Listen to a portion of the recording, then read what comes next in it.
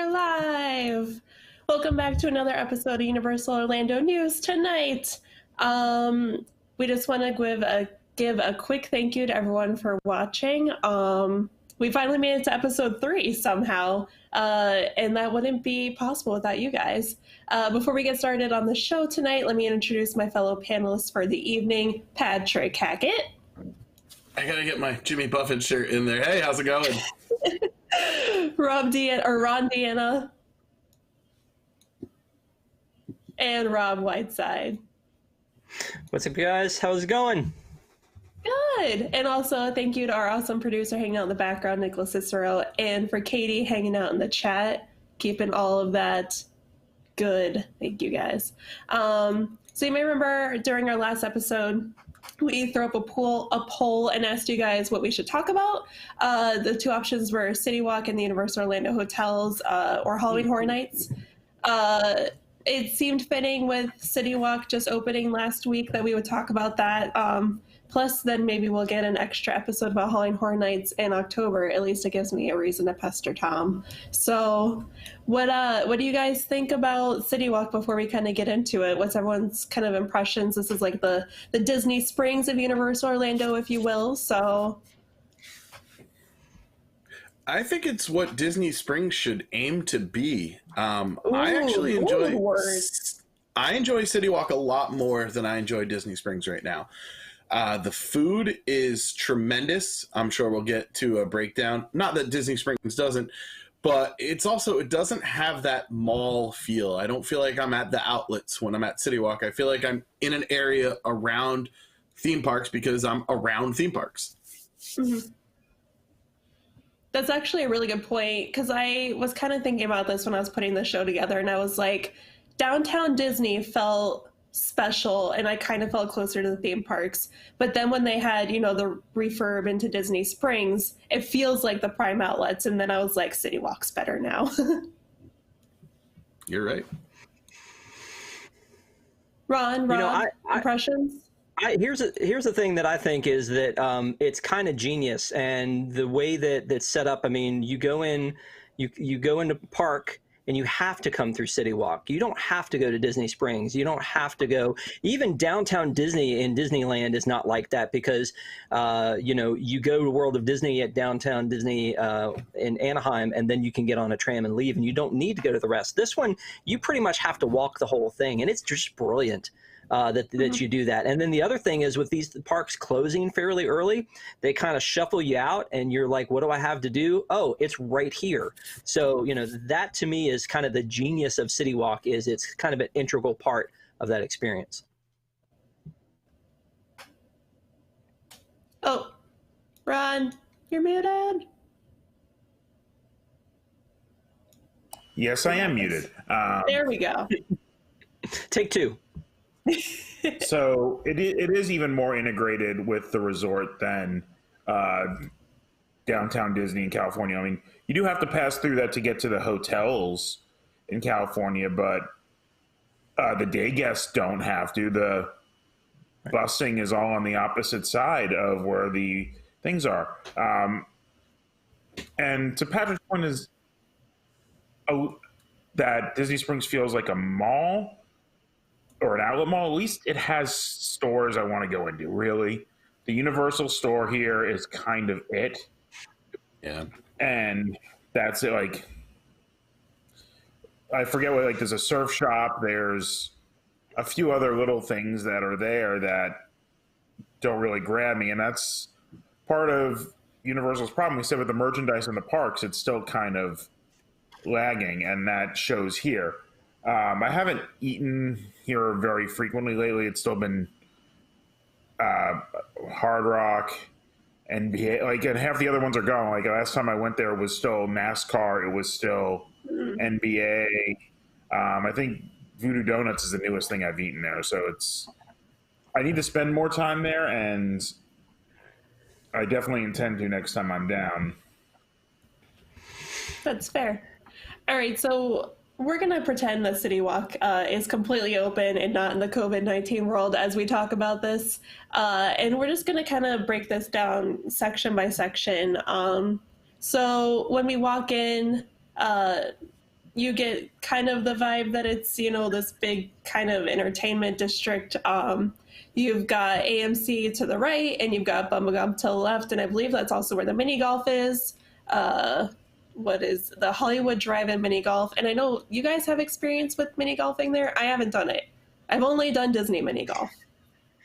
You know what? Here's the thing again, is it's convenient. It's like right there. So if you want to go play mini golf, and I find it ironic that I was on another show and somebody was saying, oh, Rob must be a Universal hater. I'm absolutely not a Universal hater. I just, you know, I love and have a huge passion for Disney, but I think Universal has some cool stuff too. And I think the fact that, you know, you'd have to kind of go search for Fantasia Golf or go out to Blizzard Beach to play miniature golf at Disney. It's right there. It's just another cool thing that you can do. If you are there and decide that you're done with the parks for the day, you can do a movie at that AMC theater, or you can go play miniature golf there, or you can go to the karaoke. I mean, there's so many things around there to do, but I love the addition of the miniature golf. And it's so genius again, because as you're coming in, every little kid is looking over the ledge of that walkway and seeing that miniature golf and going, Daddy, Daddy, Daddy, I want to do that. I want to do that. So that's actually a really good point, because like, unless you kind of know about Disney, or not Disney Springs, but like Fantasia Golf or Wonderland Summerland, you don't know that the mini golf is there. It's not like it's heavily advertised. Even like, it was literally my third trip before I knew it existed. Yeah, like even Stacy doesn't mention it, and everyone watches Stacy. But it wasn't there from the beginning. I mean, it was something that they added later. But I mean, once they added it, it's definitely kinetic right there. That energy of like what's going on down there and people moving in and out. I don't know that I think we've done both of them, but it was really a toss up because they both are very cool miniature golf courses, very kind of kitschy. Okay. So we kind of passed by all that. Also, quick mention to that AMC. I graduated there. That was where my college graduation was. So I have a nice, they commandeered a stage, and that's where we graduated. It was really cool. It felt special, and they gave us like a little red carpet treatment. So it has a special place in my heart. A little bit further down, kind of past that little section, we've got some shopping. That's where Ron John Surf Shop is. We've got like the fast food chains that kind of stretch up and go up, and we'll kind of get to that further as we talk with that little conglomerate. And then we end with Red Brick Oven. Has anyone eaten there? I know Tom hates it. You found one of the few places I haven't eaten in CityWalk. Yeah, I'm not gonna do a lot of the chain stuff. If it's a chain, it has to be like a small chain for me to really want to go there. That's fair. You know, that's the thing too, though, Patrick, is that I feel like a lot of the stuff at Disney Springs is more unique, and that a lot of the stuff here is chain, whether it's Cowfish or the Red Brick Oven. I mean, it's a little bit more chain, especially like Alicia, you kind of alluded to the fast food stuff. So I feel like that misses the mark a little bit. Doesn't mean they're not good restaurants. It just means that like you can get Bubba Gump just about anywhere. You don't necessarily need to go there to see it. And you shouldn't go there wherever it is. Fair enough. Okay. So let me backtrack a second though and ask about the AMC, because it's one of the only two businesses that are at both places, right? Like Disney Springs. I didn't even think of that. Oh, that's really true. Ron John and AMC are the only two that cross borders there. So it's not a Ron John. Yeah, it's not a Ron John. It's I think Quicksilver, Quiet Flight, whatever, like one of those other surf brands that's there. Okay. And then the theater is now Cinemark. I've got it somewhere over here. Yeah, coming into it though, the first thing that I thought was AMC was the only one. So then AMC is the only one that crosses over both, which is I guess not an AMC. It's Cinemark. Is it? Yeah, it's a Cinemark. Yeah, it was originally a Lowe's, and then at some point after the Lowe's AMC merger, it became a Cinemark. But it was at both for a while. I think the only thing that's now at both is Starbucks. Is there an Aunt Anne's at Springs? Yep. Or is it the other pretzel place? Wetzel's? Yeah. Wetzel pretzels. It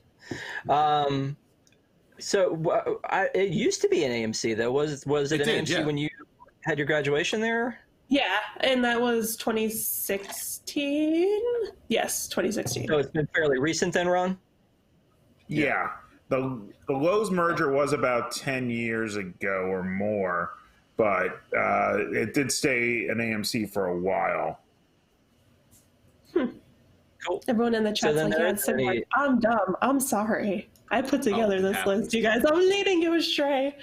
To be fair, it was 11 o'clock at night when I was doing this, so that's when you really should prep people. Shh, don't let them inside the magic. Moving past our brick oven, we kind of come to like a widening pavilion. We've got like the lagoon. We're gonna take our journey left ways, which would be the ways if we were going towards island, so we can kind of make our way around the lagoon. There's kind of a stage over here that's rarely used. Does anyone know what that stage is even used for? I don't think I've ever seen it in use. It used to be live karaoke with a live band. Oh snap! So like Rising Star, but yeah, that's why I thought it was gone. I think it moved.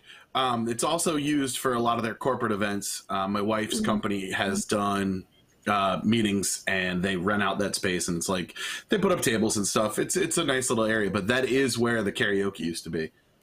Interesting. And it's over there, so that makes sense. I think they used to have live bands, like, the stage across from World of Disney. Like, I think they used to have things like that in this courtyard as well. But I think there was another stage that's more towards where the Universal store is, that like fountainy thing that I think they usually put that there. Interesting. So over that way, we've got Anihito's authentic Mexican food. I'm really excited to eat at this when I go down. Oh, you have to. It's so good. Good. I can't speak to authentic Mexican food as a very gringo, but it is phenomenal. It's so tasty. And they have good drinks there. Just a great place. Get something quick.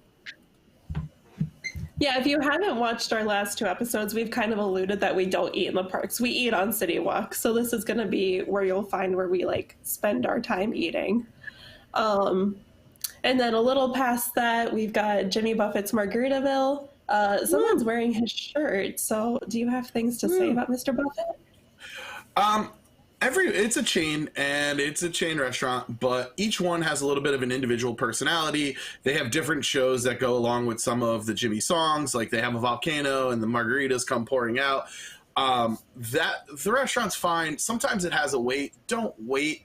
You can go to the little counter alongside, or you can go to underneath the plane and get something and a drink, and it's much better people watching over there. The Lone Palm, Yeah, I like that little area. Yeah. Especially when you I've can seen look some out really over bad cover bands in here. Oh, me too. Well, there you go. I was there this was obviously a long time ago. We were there for a friend's birthday, and there was a band playing Rolling on a River, and the woman's coming out trying to hand the mic to the tables to get them to sing, and they're just like, no, please just go away. Nobody would participate. They were that bad. Oh, no. Not good. It's a white dude reggae band when I was there one time. It was something. That is something. You need the margaritas to get through that something. Several. So that's like our last But kind here's of the thing, big. when you're talking about Antojitos, that whole back section, you could go through CityWalk and never realize either of these 2 upper sections exist. Yep. Yeah, absolutely. It's really far back there. And that's kind of our last big place before we get to the entrance of islands, which then kind of leads you to like the other half of the lagoon. I like this side more. This is the side where you kind of walk towards Universal Studios. Ron or Rob, you're looking at me. I like it because there's Hard Rock over there. That's why it's good. So we kind of start with the Twosome Chocolate Emporium and Savory Feast Kitchen. Patrick, you will have a rant. That robot. Okay, here we go. That robot. That robot's mean.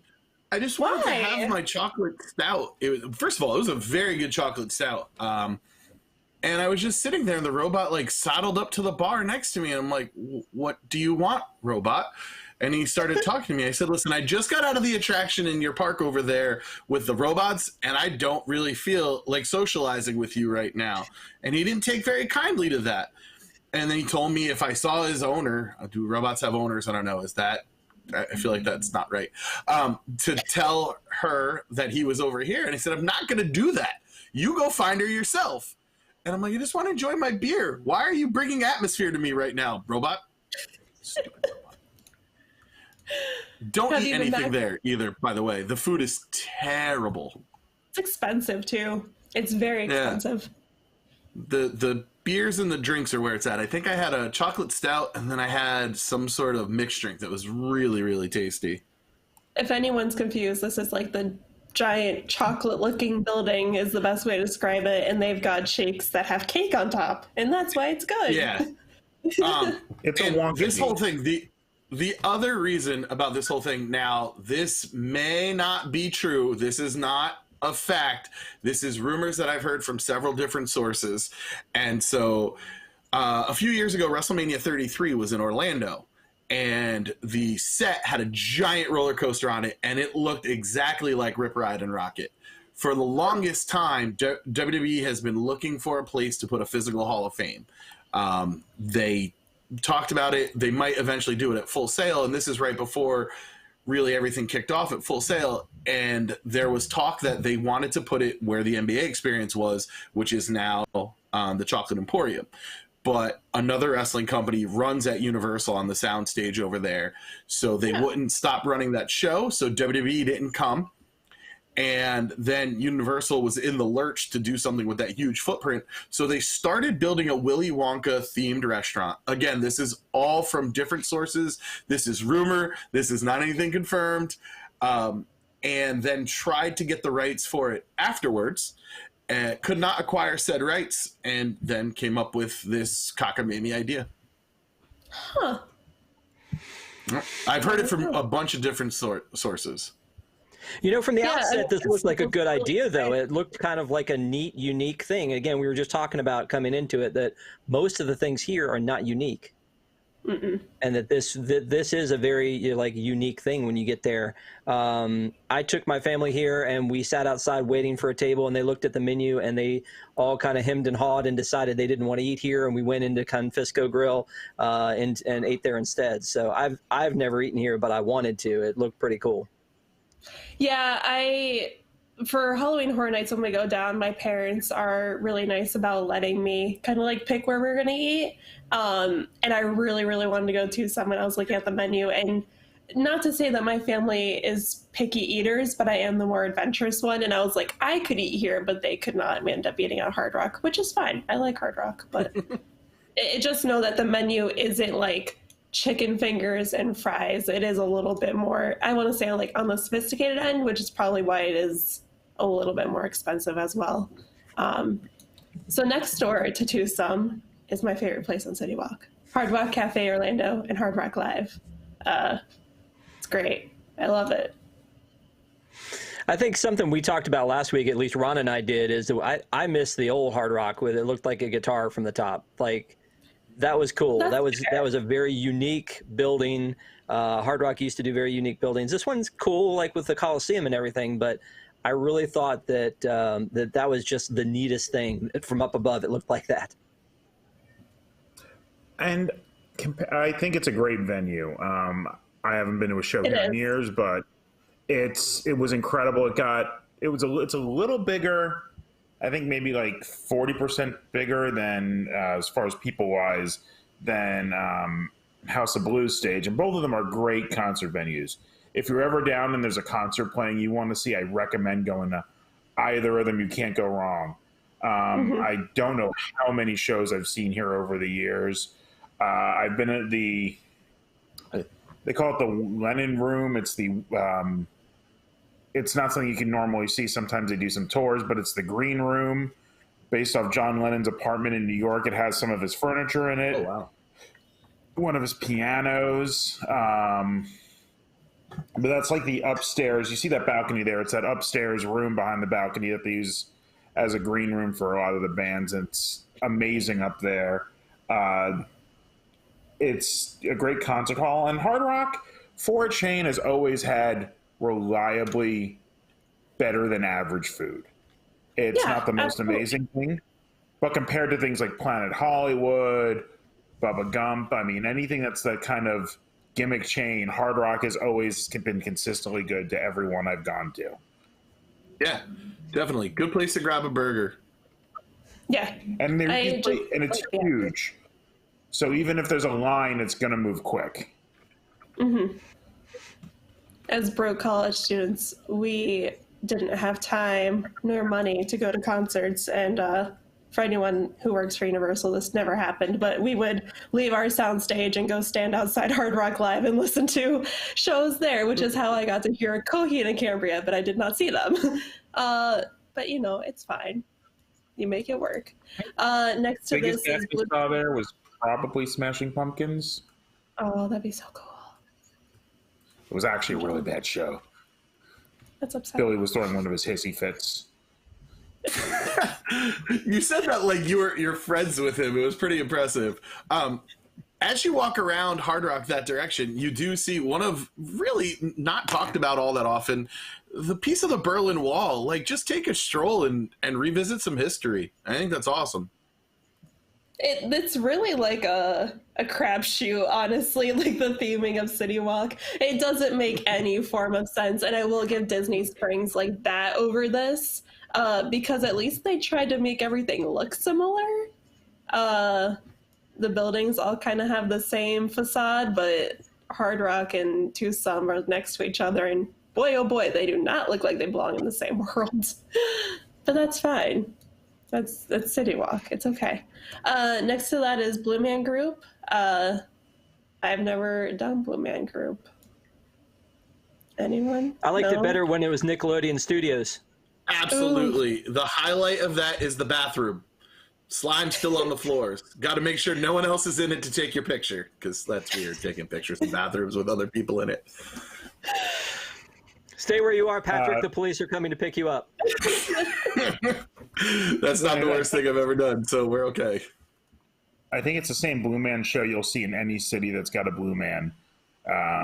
Vegas, New York, Boston.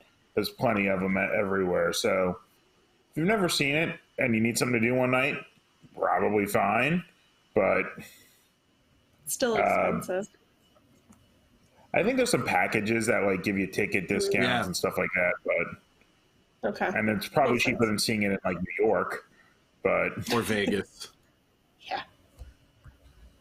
Ain't that the truth? I just went to Vegas for the first time, learned how expensive it was. Not fun. Mm-hmm. So passing that, we come to the entrance of Universal Studios Orlando. Nice big pavilion. It's only cool looking during Halloween Horror Nights because it's spooky. It has fog and it looks awesome. And Patrick's like, no. After that, we come to NBC Sports Grill and Brew, which used to be NASCAR. I like neither of these things. Yes, Rob? I think you missed though the globe, like the big globe. Okay, that's the best photo spot in all of Universal City Walk. You don't have to go into Universal Park to do it. You can do it from City Walk. Sure. Everybody stops there and does it, and it feels like Hollywood. Like, so I feel like that's a huge that's a huge part of City Walk, because again, it's other than maybe the Voodoo Doughnut's throne, it's the one thing that everybody wants to have their picture taken in front of. You don't jump on the cowfish fish? The cowfish fish. I will say a question now because you've made me think, Rob. So here in City Walk, we've got the Voodoo Doughnut's throne and the globe to take pictures of. Is there anything in Disney Springs to take your picture with? There are Legos. The Lego, the dragon. No. Well, no, I mean, no. I hate that dragon. That dragon is scary. You do Horror Nights. That dragon's fine. No, that dragon, I have nightmares that dragon is going to come out and pick me up and throw me in the lagoon and I drown. Boy, do I have There are a a lot series of books for you. There are a lot of Lego like displays where you can have your picture taken. There are murals. They've got that brand new mural that they put up with Orange Bird on it. You've got you've got like all the stuff around T-Rex and all the stuff that's around rainforest that's outside that's at low that you can have your picture taken with. You know, there's the big Stitch that's up on the World of Disney that you can kind of pose in front of that. I mean, there are a lot of little things you can. Nothing as iconic as this.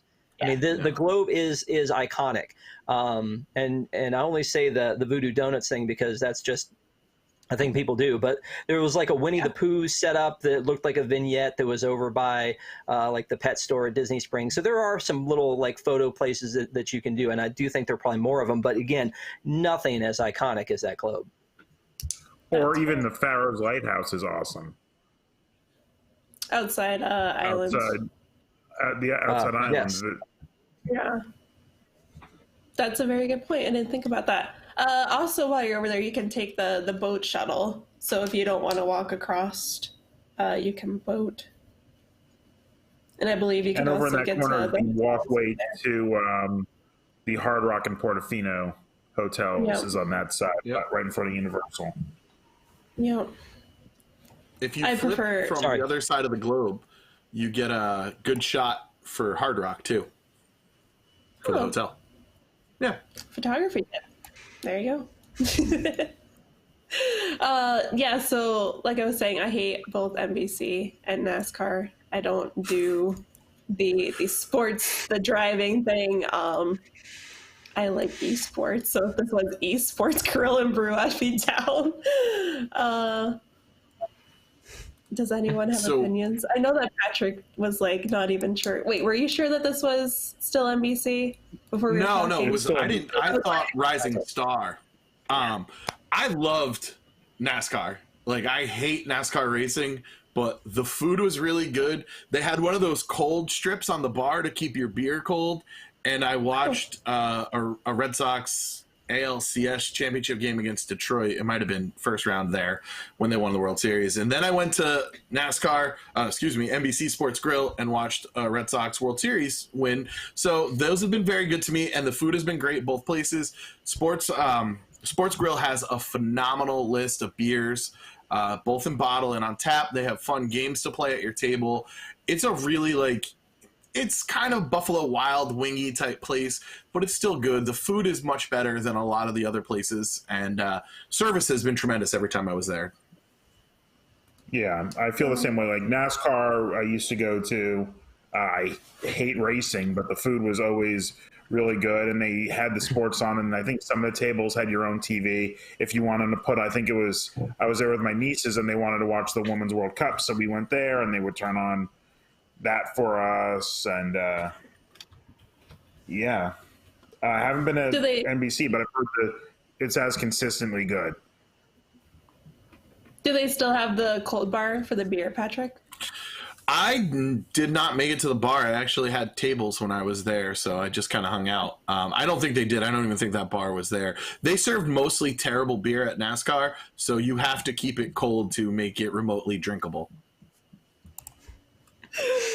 You know, what I like about this, and I haven't eaten there, but when you're walking by it, and I'm really big on this, and I've probably said it too many times, there's a kinetic energy of that place when you're walking by, because you've got the screens are up there, and you've got the open bar, and people are drinking and having fun, and so I feel like as you're going to and from the entrance to Universal, there is an energy on that corner now that it's wide open with the screens and everything. So I never ate there when it was NASCAR. I haven't eaten there now. I've eaten at a NASCAR cafe before, and the food was pretty good. But I just think that there is an energy, and I think that counts for something. Even if you're not going to go there, it makes it feel bigger when there's a lot of stuff going on. And I think that, like to your point earlier about the stage, I think when the stage sits empty, it makes it feel like there's less going on. There's space that things aren't happening. Someone brought up a really good point in the chat. They said that they got food at NBC and then they brought that back to the hotel. And that is one really great thing about CityWalk, where all of these hotels are either within walking distance, or you just take, if you're an Endless Summer, bus or a boat back to your hotel, and then you're there. This isn't like a 20-minute bus ride when you're at Disney World with Disney Springs. Because if you bring Chicken Guy back to your hotel in Disney Springs, it will be cold when you get back. I've done it multiple times because it's still good, but it will be cold, where the food at CityWalk most likely will be hot. So the next kind of big establishment next to NBC is my favorite place on CityWalk. Well, I said that about Hard Rock, but I'll take it back for Voodoo Doughnuts. But that's because I really love Voodoo Doughnuts. It's so good. I'm so glad they brought this to CityWalk. I've heard hype for Voodoo Doughnut from travel shows and all these things, and I used to down, and I still have the bottles when Rogue is my favorite brewery, and it's from the same part of Oregon as Voodoo. Oh yeah, and they used to make they started with the maple bacon donut beer, and then they went to like the peanut butter donut beer, and they've all been good, and I was having those for years, but finally, I think with Horror Nights last year, I finally got to a Voodoo Doughnut, and they're good. They're huge. And yeah, I'm supposed to say Dunkin's is the best thing ever from where I live, but Dunkin's might be the most overrated thing ever. Donuts are terrible. Terrible. Yeah. Like, we get thrown out of New England for stuff like that. Donuts, it's cheap. That's what makes it good. It's like in that In-N-Out thing. In-N-Out's only good because it's cheap. Dunkin's only good because it's fairly cheap. And I will say the best hangover cure ever is a Dunkin' sausage, egg, and cheese croissant, but that's about all it's good for. I went to Voodoo for the first time during Halloween Horror Nights last year, and the line was like out the door past kind of the next little section with like the tiers and the like quick service food, and I begged my parents. I was like, I need the donuts. I was probably like a whiny kid, even though I was 23 at the time, and they indulged me, and I walked out with my happy little Voodoo donut, and it was a great moment. Got to sit on the donut throne. It is indeed a thing. That is a great place to take a picture, Instagram that stuff. I love Voodoo. And you kept social distance in your lines, right? Oh, absolutely. That's what we were doing last year. We knew in advance. It wasn't just started sweaty. working on it ahead of time. Yeah, well, you're very progressive that way, Alicia, but I just can't imagine, though, that once people start getting more and more comfortable going back, because I think with CityWalk just having reopened, that was one of the things that opened was Voodoo Doughnuts, one of the things people are excited about going to do. I know Tom had him bring some back to the studio last week. I didn't get any in the mail. I don't know if you guys did or not, but I think that's going to be one of those things that's going to get more and more crowded.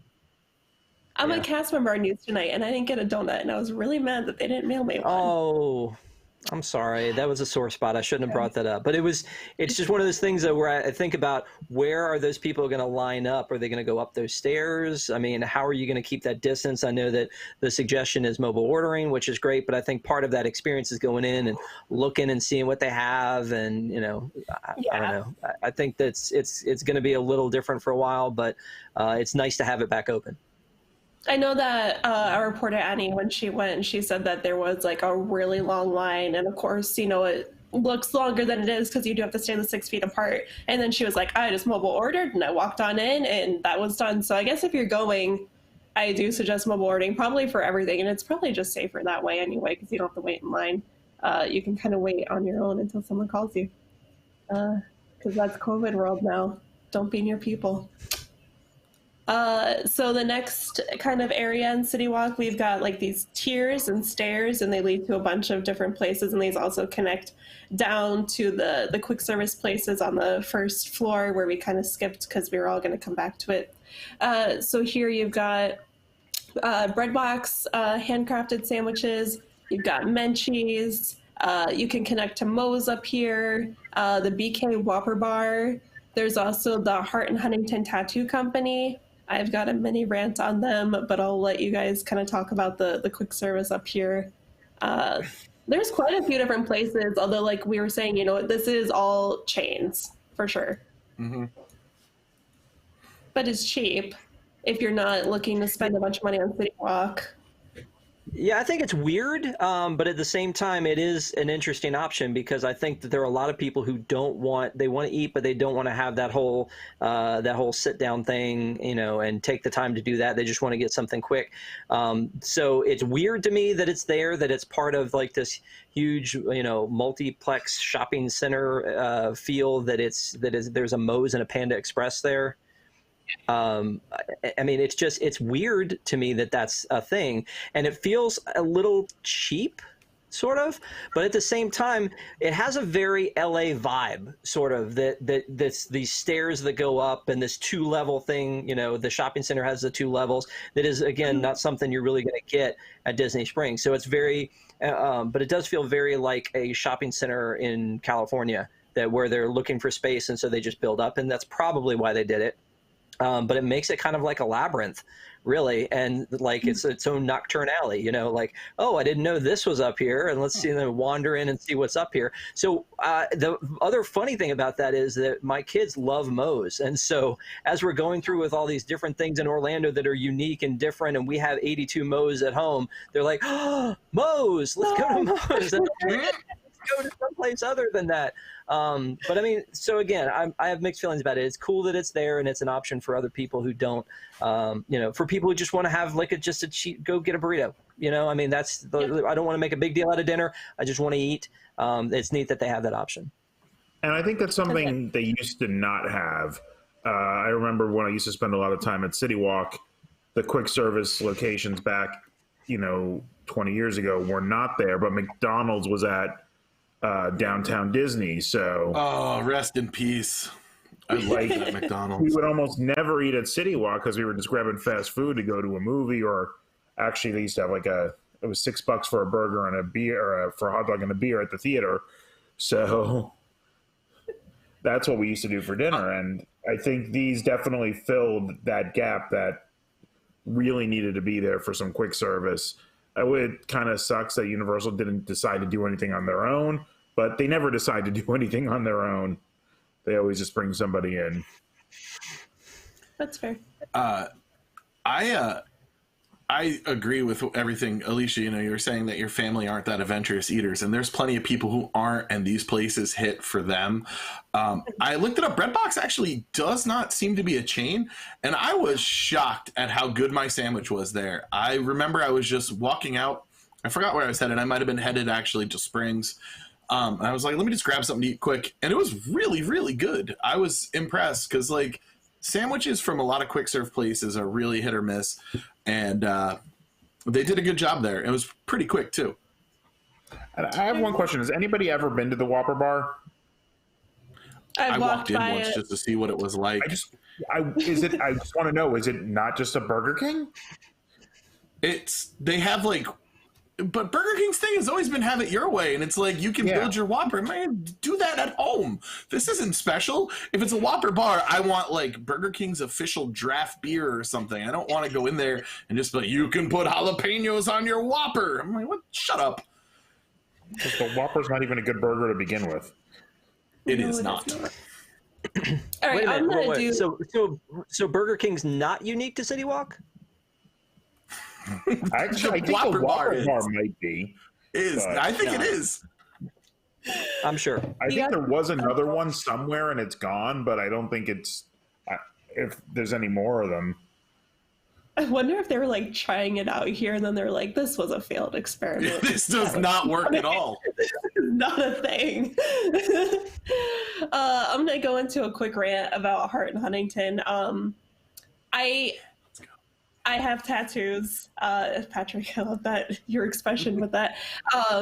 I've gotten work done in Orlando. I used to live in Orlando. I have nothing bad to say about the artists who work at this company. I've looked all of them up on social media. They all seem to be, fairly good and competent. I think that the shop suffers from location, and I know that they kind of take advantage of that. all tattoo places have a shop minimum. That's just how it works, or your artist does rather. But this place, I was looking it up, and their shop minimum is $175, which is outrageous. I got art done by an ink master in Orlando. He was like my tattoo artist, and his shop minimum was $125. So I'm just saying, if you're looking to get art done, like, I'm not saying that don't go there, but I'm saying know what you're getting into, because it is very expensive. And like I said, like, they're good, but there's a lot of really, really good places in Orlando that you could take a 20-minute Uber and get downtown and go somewhere else. So yeah, if you're talking about real tourist traps, that's it right there. I mean, who really wants to say they got tattooed at CityWalk? Number one, anybody who's not getting their first tattoo knows the amount of care that's going to go into. You're not going to want to go to the parks after that. You shouldn't drink after that. This is a lifelong decision you're making. You know, I have 6, I think. I don't know anymore. And I came close. I came really close to getting one done at Hart and Huntington, and the price got me. I was like, that's absurd. it is. You're not a name brand tattoo. It's not like you're going to put the little weird HHH on there. So, Right. yeah, look up an artist, support local business, and don't go in there. I won't say anything else. I've heard things. Yeah. If you're looking for places, you can always email me. I've got artists. Alicia at WDWNT.com.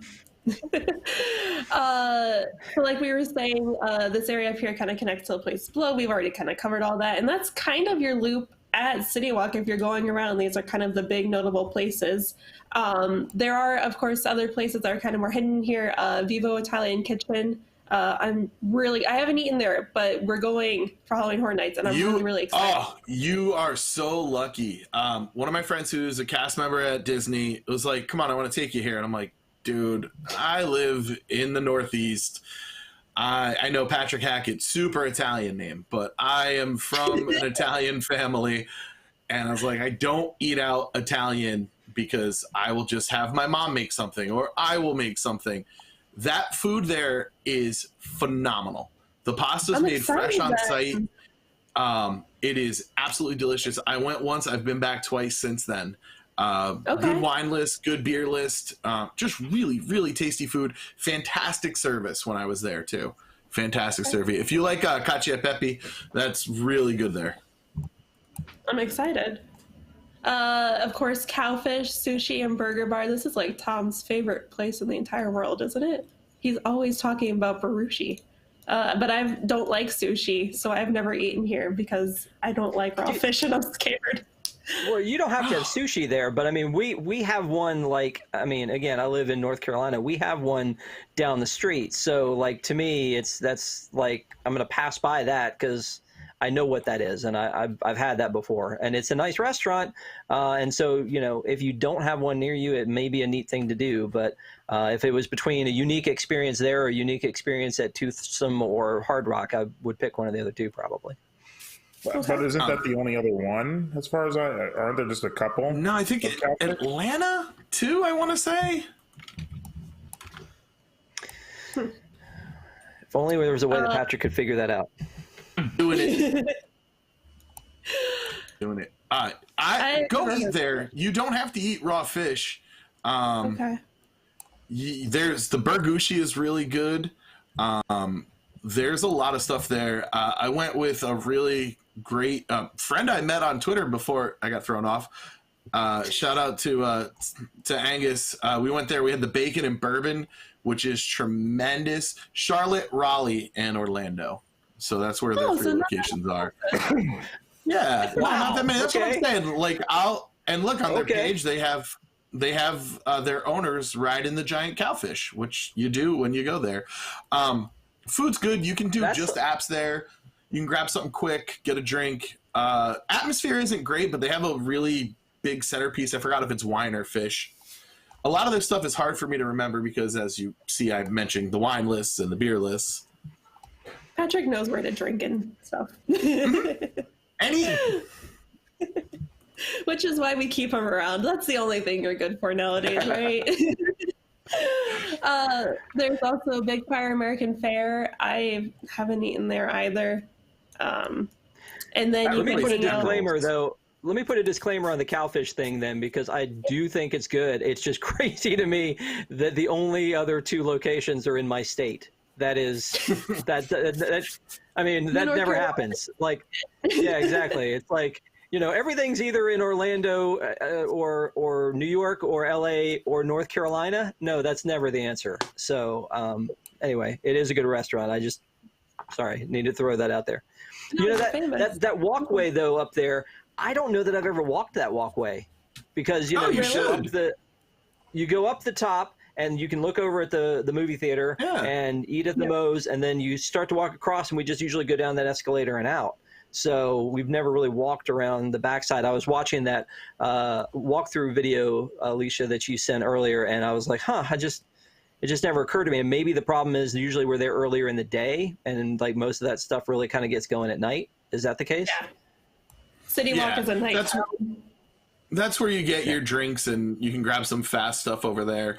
But Big Fire replaced Emerald's, which is really a shame. I ate at that Emerald's a number of times. Food was always good. Again, service was always good there.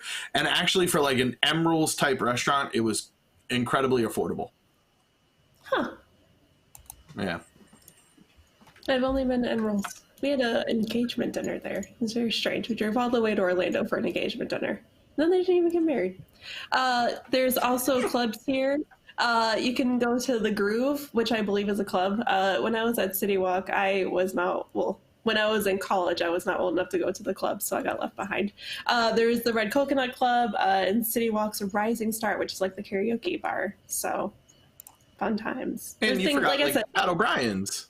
Pat O'Brien's is up there, too. Yeah. And another chain that's like, it's worthwhile to go there. Get your Hurricane, get your glass. I've eaten there, but I don't recall what. I actually had the best sandwich of my life over here, and I don't remember where it was, but it was in that upper part. I got a Cuban sandwich. It was so good. I don't know where it came from. So somebody could have just given it to me randomly, and I was just like, oh, sweet sandwich. I would like to go back as an adult now and go to some of these places, considering I did get left behind and I want to be a part of the cool kids club. But CityWalk really is like a nighttime place for adults to hang out. I know like a lot of people will get like babysitting services at their hotel, leave the kids, and then go party on CityWalk at night, which I don't really think is something that you can do at Disney Springs. You could. Not really anymore, but when Pleasure Island was late. there, it was I mean, Pleasure Island, like CityWalk and Pleasure Island were kind of existing in sort of the same area. And so I think Pleasure Island to me was that. And it was just the clubs and everything like that. So I in a way I kind of missed that, but I think they just kind of let it become something else. But yeah, that may be, I don't think there's anything there now really that's of the same kind of super party atmosphere that CityWalk is. No, there's no dance clubs, but I mean, you could make a night of it at things like Raglan and Edison. And like there is, and apparently you could go dancing at STK, I think. You can do it, but the difference between Splitsville, you can make a night of it at Splitsville. Yeah, there's definitely enough there to do. It's not contained like Pleasure Island used to be. And that's the thing, when like there were 3 things. There was Pleasure Island, there was Church Street, and then there was this. And Church Street and CityWalk were more open. At Pleasure Island, at this point, when this opened, you couldn't walk through at night.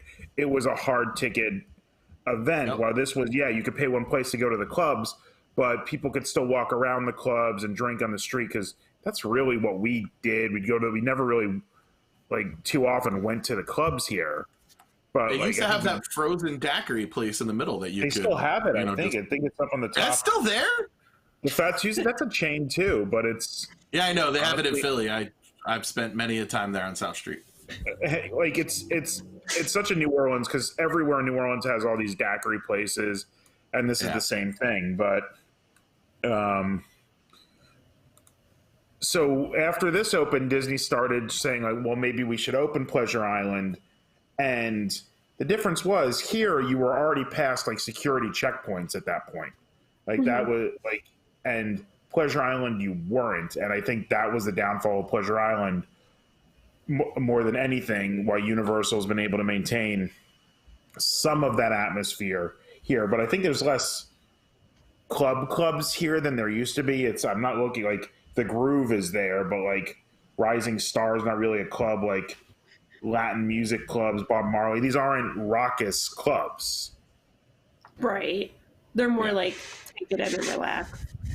You know, that it's interesting you were talking about security, Ron, because I was thinking about this today that CityWalk, you have to go through security because it's the security you go through on the way to the parks. Same thing with Downtown Disney in Anaheim now. You go through security now before you get into Downtown Disney, not right at the gates anymore like you used to. So it's interesting to me that Disney Springs doesn't currently have a security check your bags kind of a situation happening like all the others do. Now they're going to have like temperature checkpoints and things like that in this new world, but I guess it's just because there's no parks there, but it is interesting. These other shopping districts associated with the theme parks are on the way to the theme park and have security checkpoints.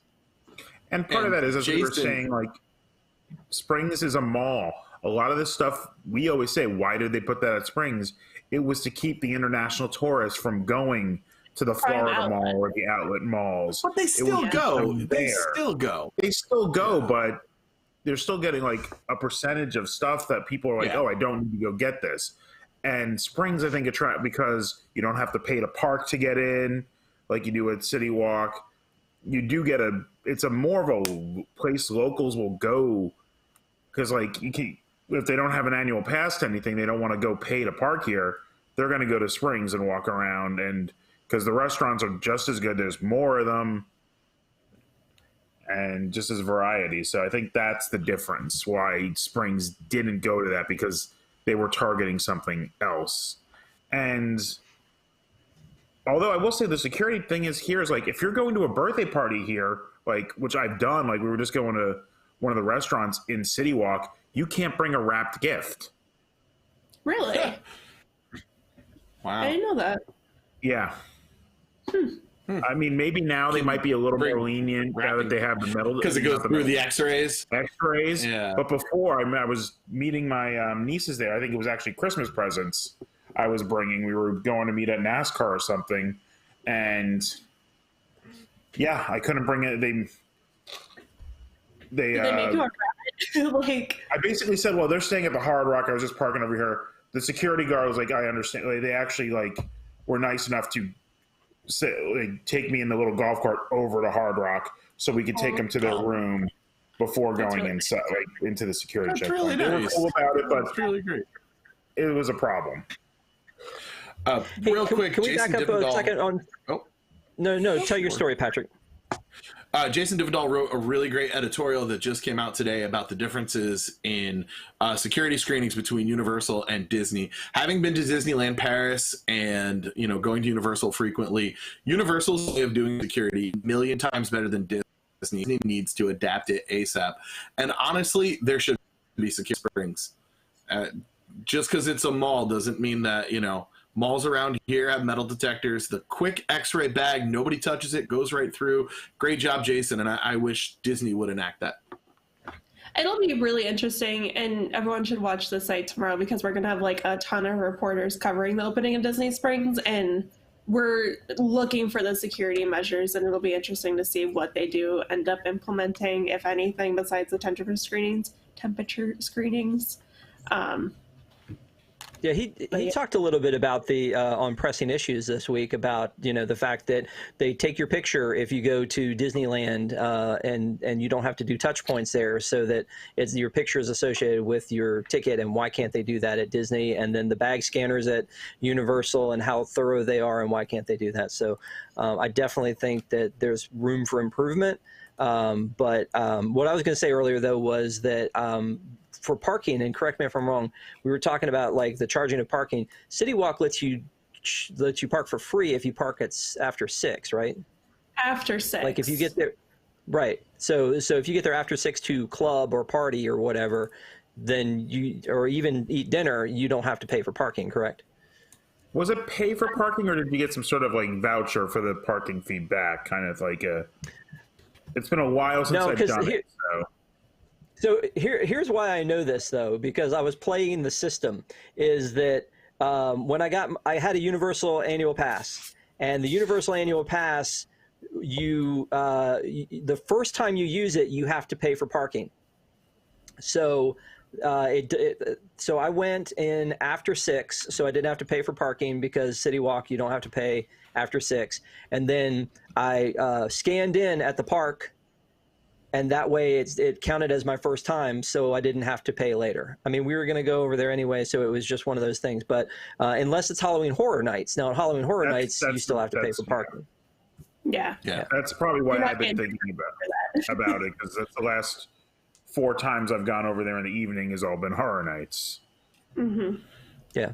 Which makes sense. I mean, if you tell them that you're going to watch a movie, though, like the TMs will work with you, because I think that there have been times where we were like, it was nighttime during Horror Nights, and I was like on a date or whatever. And we're like, we're just going to the movies, and like they're like, okay, fine, like go in, whatever.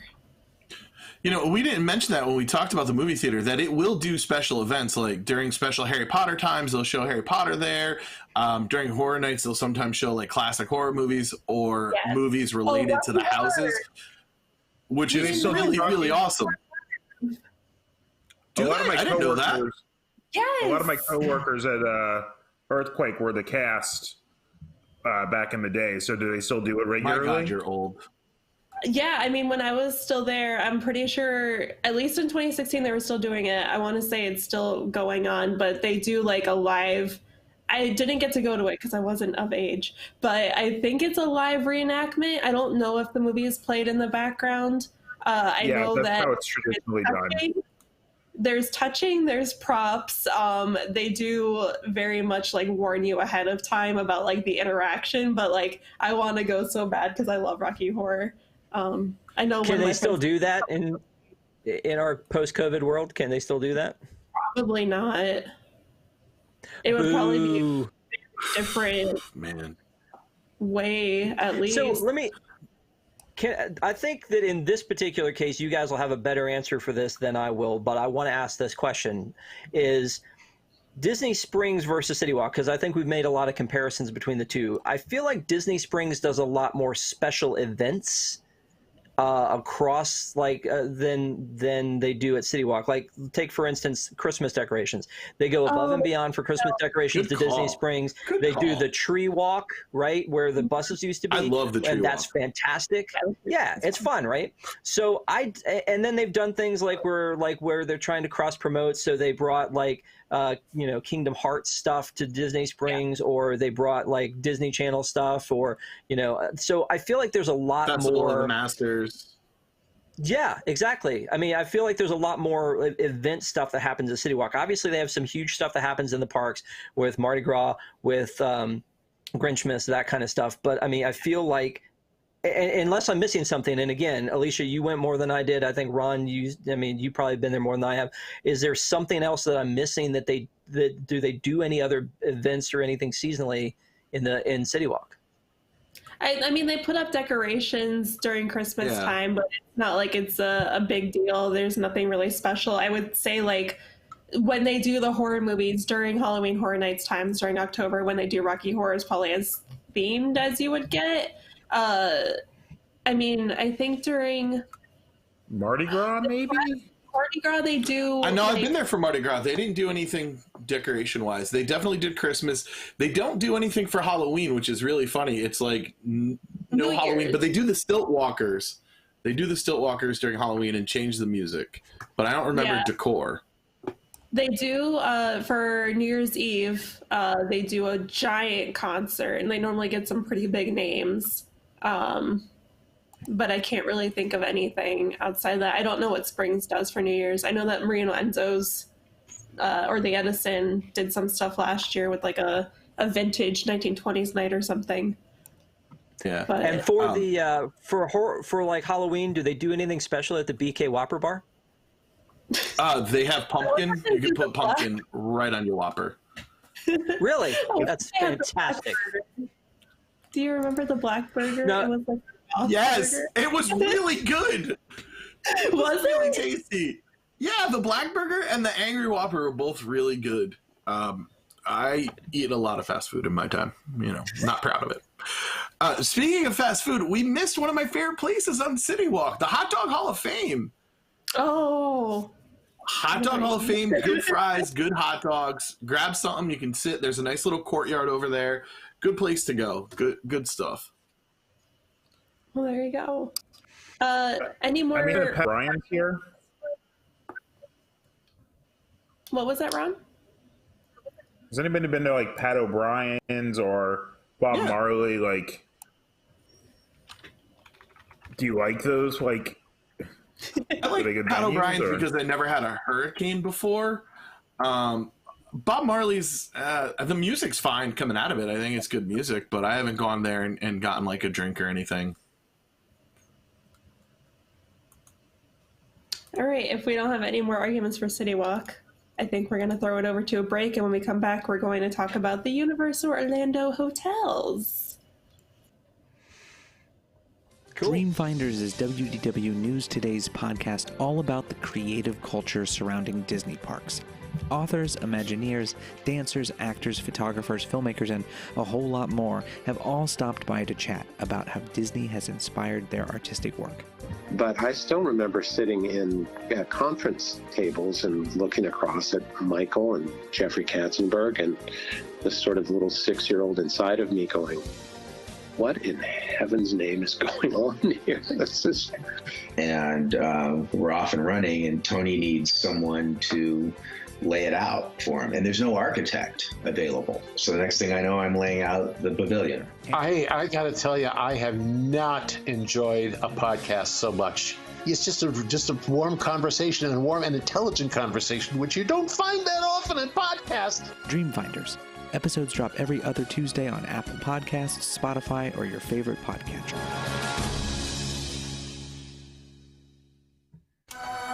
Four panelists, 30 minutes, 1 week in Disney Parks news. This is Parks Center. On Parks Center, the panel and I cover the top 7 Disney Park stories of the past week. From attraction news to transportation scandals to new food and merchandise, we'll cover it all in 30 minutes or less. You can watch us stream live every Wednesday night at 9 p.m. at WDWNtunes.com, watch episodes on demand at youtube.com/WDWNT, or subscribe to the audio version of the show on your favorite podcast app.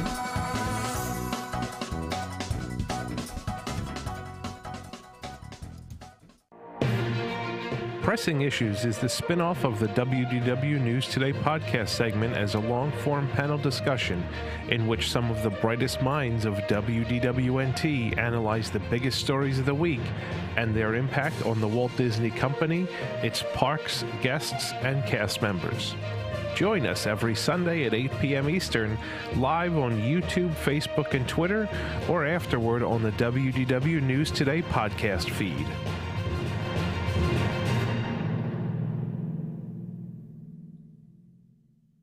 On every episode of the Ride Rehab podcast, we put ourselves into the shoes of Imagineers. Here's a preview of our most adventurous episode in Adventureland.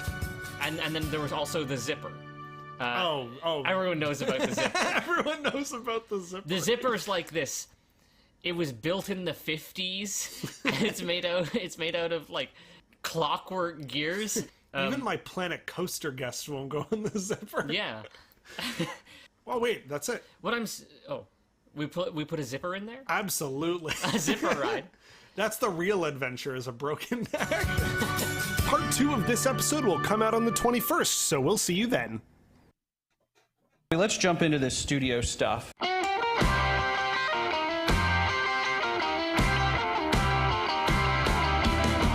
Very, very bizarre job I had, trying to explain to my wife sometimes when I came home what I was doing at work.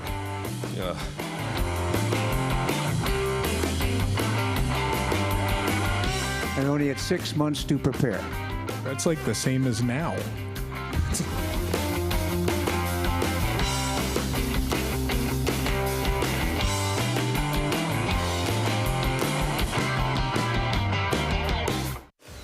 WDW News Tonight is our weekly comedy show combining the news of the week, comedy segments, thoughtful discussions, insane characters, parody commercials, games, and more. Watch live on Thursdays at 9 p.m. and become a Wigs member to get access to a bonus post show. Watch WDW News Tonight episodes anytime and live on YouTube, or get the audio-only version on iTunes and other podcast services.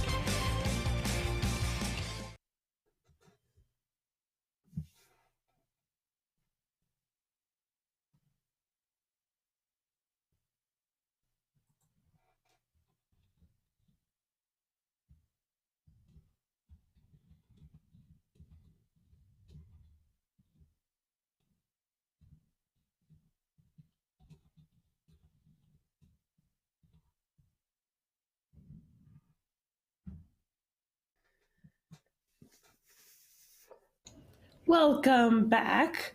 Yes, please join. It looked like our ad didn't have audio. Please join the WDWNT Interglobe Society for just as low as, I should know this, $2 a month. There we go. You can get exclusive content like post shows at WDW News Tonight, and I believe Park Center as well. So yeah, join us. I have a really funny story during the break. One of us. My mom texted me during our break and she said, P.S. We did eat at the Whopper bar. No different from any other Burger King. It was cold and the restaurant was dirty. So apparently I've eaten there. But there you go. And thank you, And it left Pat, such an impression on you. apparently, for the $4.99 super chat. I appreciate it. Yeah, so that really left an impression on me. Apparently left an impression on her. So that's a thing. Thanks, Mom. So we're back. We've talked CityWalk, and now we're going to start getting into the hotels and the places that you can stay on Universal property. So I'm selfish, and I'm the one that wrote the script for this, so we're going to start with Hard Rock because that's my favorite. This is a music-themed hotel. It's inspired by rock music and the kind of the legends throughout the history. I grew up with my parents who were like 80s hair band followers religiously. I grew up on Def Leppard and Van Halen, so it was like ingrained into me to love hard rock, and I still do. And that's why I love this hotel, because it has all that memorabilia. When you stay here, you get express passes and early admission to the Wizarding World of Harry Potter. This hotel also has like a really interesting kind of thing called the Velvet Sessions, where an artist a month will come and perform at an intimate show. And kind of on the website, they were mentioning that they've had Bret Michaels of Poison, they've had Joan Jett, and I think that's really cool. And also the pool has an underwater sound system. And I love that. That's one of my favorite reasons that I love art of animation, because I think that that's really nifty. What do you guys think of this hotel? It's a great hotel. I haven't stayed here. I have visited rooms and I have walked around it. I've never eaten at the kitchen. I heard it's a great restaurant.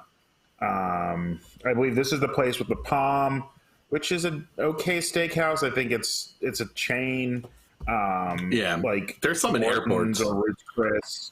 Wow. You can go to them in other places, but it's a good enough steak. They've got really cool things where you could rent a guitar to your room. There's there's a future rock star suite where there's like Fall Out Boy's like shirts are like the art, like is the art in the room. It's like I think it's Fall Out Boy. It's Peter or something. Is that has to be on? Yeah, it has to be on one of the lower levels though, because you know they're going down. But there's some really, the theming goes through the hotel all the way. There's just tons of memorabilia everywhere you look, and all of their they call them Premier. Universal has 4 tiers of hotel: Value, Prime Value, Preferred, and Premier, which are basically Similar to value, our- moderate, deluxe. Yeah, similar to our And the Disney Premier- system. Yeah. The Premier are the original 3 that are owned and operated by Lowe's are Hard Rock, Portofino Bay, and Royal Pacific. they give you the best benefit is the free express, which I mean can make up the price of those rooms sometimes just on its own, because you get, for one night you get 2 days of express, and for a family of 4, that 2 days of express could be $600-700. That night in the hotel could be as little as $300. So all of these are great. I can't go wrong with any of them. And I think the Hard Rock is kind of in the middle in both the price range and room size. For our Disney people, the room size is about 375 square feet, which is about the equivalent of like a yacht or beach club room. So just so you get some sort of idea of what you're getting, the price is much lower. I mean, they start at $258 here, and that's if you get kind of like a 5-night deal. So if you're looking for a night or two without any kind of deal, your probably base rate's a little bit higher, closer to $300. About all the prices I had were the lowest that the website advertised. So figure if you're really searching, you're finding about 20% more than that. But still, it's the price of a moderate at Disney, and you're getting real deluxe level accommodations. And I think that's one of the real places Universal shines, is these 3 hotels. Oh yeah, absolutely. We talked about the theming, but you didn't mention that amazing fountain out front. It's just so cool. It's a great place. I feel this is a little less accessible than some of the other places. Like the kitchen is a little more expensive. The Palm, obviously expensive. I don't even know where the Velvet Bar is. I'm trying to find that out because I went drinking around the hotels there, and I did not. I think I grabbed something at the kitchen when I was there, so I don't know where the Velvet Bar is. But it's so well themed. It's so nice. It feels a lot more upscale than like our moderates at Disney feel. Yeah. You know what? I don't, because I still want to compare this to a deluxe. I think because we do get the express pass, so that's why I'm like, okay, it's deluxe, it's fancy. I don't know what I would compare this against directly, like Disney wise, because it doesn't obviously have a theme that matches. So maybe like, you know, like a yacht and a beach club or something, but like I feel like I like this more. I don't really like a lot of the deluxe hotels at Disney, except for the Polynesian. That's my favorite. I don't know. They all feel stuffy to me, and this feels more like I can be a commoner here. That's kind of always been my biggest gripe with Disney deluxe hotels, and here I feel like my family and I can go. That's just me, though. You know what? The Hard Rock this would be any of those kind of Crescent Lake hotels, just for the size and kind of like the pool structure and walking distance. You're really looking at a Crescent Lake kind of situation here. So anything you'd find there would be the most direct comparison. Yeah, I was going to say, though, it feels more like a deluxe to me than it does a moderate. I feel like Cabana Bay may feel like more like a moderate than anything else. And maybe there's not a direct comparison. Maybe Cabana Bay is somewhere between a moderate and a value. And we'll talk about that. But for the Hard Rock Hotel, I've stayed here. It's one of the few Universal ones that I actually have stayed in. And I felt like it was upscale. I feel like it wasn't really much of I feel like it was an elegant experience.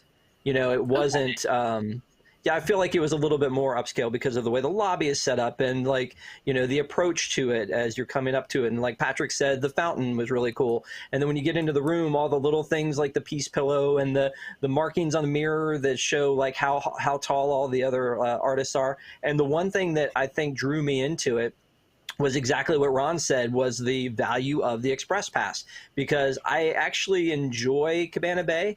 But this one I had never stayed in, and the Express Pass was the whole like 2-day thing. And I just went with my son, and the two of us went and hung out in this hotel for one night, got to do the Express Pass and got to go into islands and do Spider-Man 5 times. So that, and the value, like Express Pass to me, and we didn't really talk too much about it, I think, on our first couple of shows, is almost highway robbery, I think. But as far as a price goes, and you're right, Patrick, it is kind of unnecessary, especially when Harry Potter attractions weren't Express Pass. But you know, you would buy one because you wanted to get into those rides.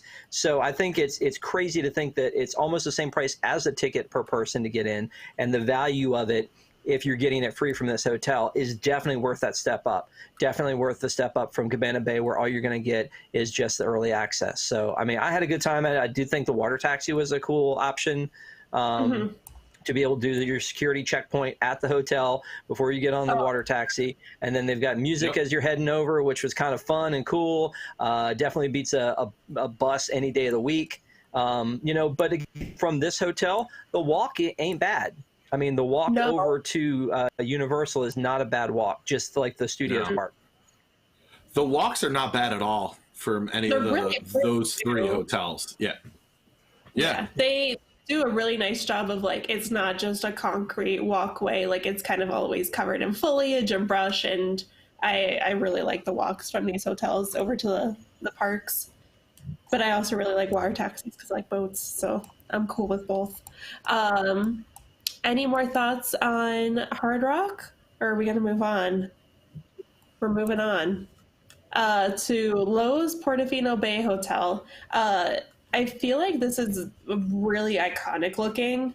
The hotel is themed after Italy, and like as soon as you come up on it, all of the buildings are really close together and it looks like an Italian harbor, and it's like really, really pretty. I haven't gotten to stay here yet, but I really want to. Kind of some of the cool things, there's 3 pools here, and at night they have performers come out that sing classic opera at the Harbor Piazza, which I think is a really nice touch and really adds to the theming of this.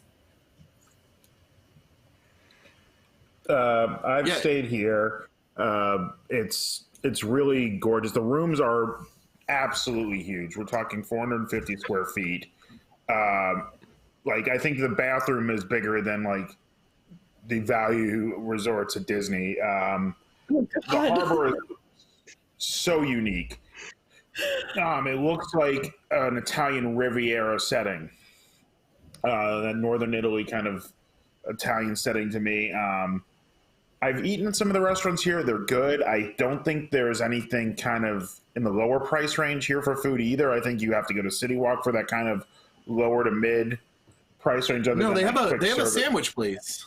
They have a sandwich place in there. Yeah, I mean, other than like quick servicey kind of stuff.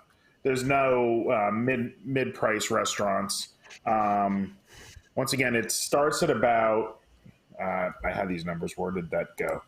It starts. They say starts at about $270. So you're looking at about $230 for a night or two, or $330.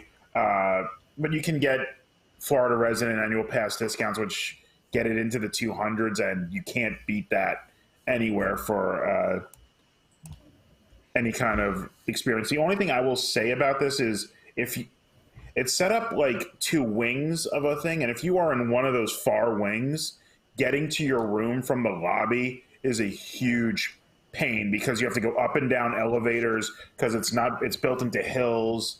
That could be a major thing. So it kind of funnels you back into that piazza and back into the hotel that way, which is I think what they're trying to do. But I think for being their kind of most premier resort, it's a little confusing to get to those outer wings. You know what, though, Ron? I feel like Animal Kingdom and Boardwalk can both be that same way. Oh, absolutely. And they both just comparing it to Disney. Awful. But I feel they branch off of the lobby better. You don't have to go down, like you don't have to like find your way to get to where those long hallways are. Here we did. Yeah. Patrick, do you have any thoughts on this one? I do. I haven't stayed here, but I've eaten and drank here and just kind of hung out. The harbor is really nice.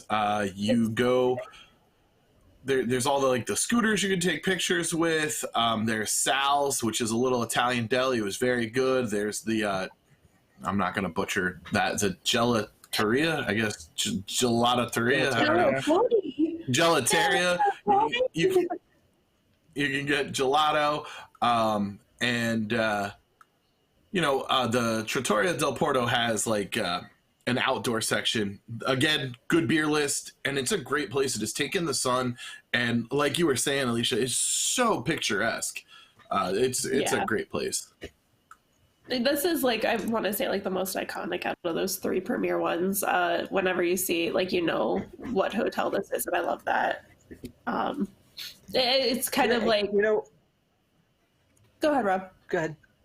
I was just going to say that, you know, one of the things Universal has is a lack of space, and the fact that they spend so much of that space on these waterways. You know, and like they are at a shortage for land, and the fact that for that hotel they have these huge. Oh no! Did we lose her? Oh no! I think we lost him. Oh but no! That's a great picture for him to free. Oh, he's back. He's back. You're back. Continue your thought. You're fine. No, it's just that they use a lot of land for the water, and they don't have a lot of land to work with. And so I do think that that's impressive that they went out of their way to make this a beautiful place to be and hang out, and especially for Patrick to go and drink. Mm-hmm. And fill it with fake boats. Like, the theming goes into the water. It's not just a lake. It's really got just, you'd think those boats are going to go somewhere, but they're just docked. And it's got a beautiful pool. I didn't actually get a chance to go in it. But one of the things, if you're staying at any of the resorts other than Endless Summer, Universal does allow pool hopping. So if you're staying at Cabana Bay, you can go to the pool here, and you can go from the pool. If you're here, you can go take the lazy river over at Cabana Bay. So that's a great benefit of any of these hotels on top of the Express. Bring your stuff with you to Cabana Bay. If you're not staying there, they don't have anywhere to put it, and the bartender won't even hold it for you. Because I wanted to go on the lazy river. So just leave your stuff at home. Just bring your key. There you go. I will say, kind of comparing theming, because I do feel like this is one of the more heavily themed Universal hotels. How do you guys think that the theming for this compares against like a standard Disney hotel? And we're not going to talk about like the All-Stars, like that's joke theming, but more like a higher class one, like maybe like a Boardwalk or like a Polynesian or a Contemporary. It compares very well to most of the deluxes in that it's place setting as opposed to like in your face theming. I think it does very good at that place. Like, some of the hallways can be a little bland, but that's everywhere. But like when you're in that plaza, you're like in the back of like the Wilderness Lodge that's the only thing I can compare it to, with the waterfall coming down and the geyser point area and the pool. That would be the most direct comparison I think I can make there. I think that's a fair comparison. I would say this, though, that I think some parts of these hotels are so well themed that they don't feel like they have a theme. And I'll say that, like, when you, it's like you're visiting another place, and that's cool because Universal is movies, and and they're taking you somewhere else, and that's kind of what we want in a theme park. But if like with Patrick, if he's taken his kid and maybe she's a few years older and they go, it won't mean anything because it's not really a theme. It's just like another place. So I think for families that have small kids, I think that this wouldn't be the place to go. I agree. It's amazingly themed and it's fantastic. But I think that there is something to be said for a place like, you mentioned Art of Animation, where they go and they're like just amazed at what's there. So even something like the Caribbean Beach Resort, like that one has a very kind of a feel to it that a kid would understand. I remember when we were talking about one of these hotels and we stayed at, and again we'll talk about Cabana Bay. My daughter was younger and I said, hey, we're gonna stay there. It's a 50s theme, and she's like, what's that? So so I'm like, it's kind of, well, never mind. It's beautiful, and the theming is great, and it's almost like I said, it's almost too good when I'm looking at it.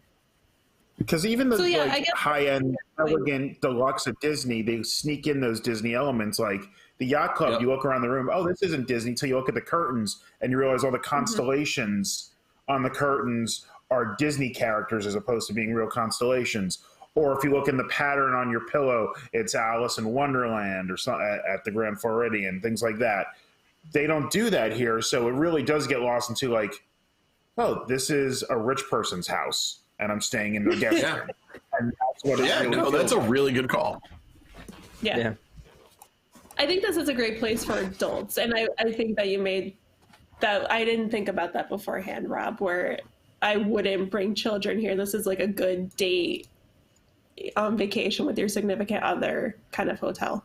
Yeah, again, beautiful. It's beautiful, and I agree with like everything everybody says, especially when Ron was talking about the theming going right into the water and the boats, and it just looks like somewhere else. And that's a lot of times where you want to do when you're going on a vacation. But I think that's one of the things that, even when I talk about Disney, and I'm sure everybody here has been asked by a friend or a coworker, hey, I know you're like a huge theme park fan, and we're going here, and what should we get? What should we do?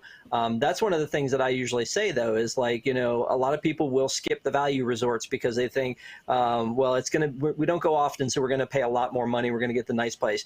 But if you go even to Grand Flow or to or here or even Hard Rock, I mean, they may miss something. I do think Hard Rock, to me, though, has a little bit more excitement because there's costumes and unique pieces that are there, and that may not resonate because your little kid doesn't know who Elvis is, but it's still something new and unique and different. So I do think that these are beautiful, but almost to there are also problems with some of the Disney resorts for the same reason. That's fair. Moving on, we've got the last kind of deluxe. It's the Premier Hotel, Lowe's Royal Pacific Resort. I can do this. We got it. This is themed after like a Polynesian-y paradise, but I wouldn't compare this to the Polynesian because I've been in both and I think they both look very different. They're just kind of themed after the same cultures. Where is I going? Here they've got a very out of place Despicable Me character breakfast. Don't know why that's at this hotel, but they've also got a luau, so at least that makes sense. Yeah, exactly. They have the space. There's also a torch lighting ceremony, which I think is really cool, and then a lagoon style pool. When I stayed at this hotel, I was like really impressed with it. There's a lot of like really cool pathways and jungle vibes. Also, I don't know about the other two, but this is pet friendly because I was able to bring my dog here. And I do know that some of the university hotels are pet friendly, but this is definitely one of them. I'm pretty sure Hard Rock is. I don't know about Portofino, but offhand. But I think they're all pet friendly. Theming wise, this is my favorite of the three. Comparing it to the Polynesian, and it's just the time it was built. The Polynesian was built, in the late 60s, 70s, kind of in that waning of that tiki culture that was left over from like the late 40s and 50s. That was still like kids grew up on that. Like it feels like the Brady Bunch Goes to Hawaii episode. That's what you get when you walk into the Polynesian. This would have been what a modern resort in Hawaii being built in the 90s is. It's still beautifully themed, very tropical, but doesn't look like it's from that tiki time period. The pool is great. The rooms are a little smaller. They're about 325 square feet, which is about comparable to the Disney lodges, both the Wilderness and the Animal Kingdom.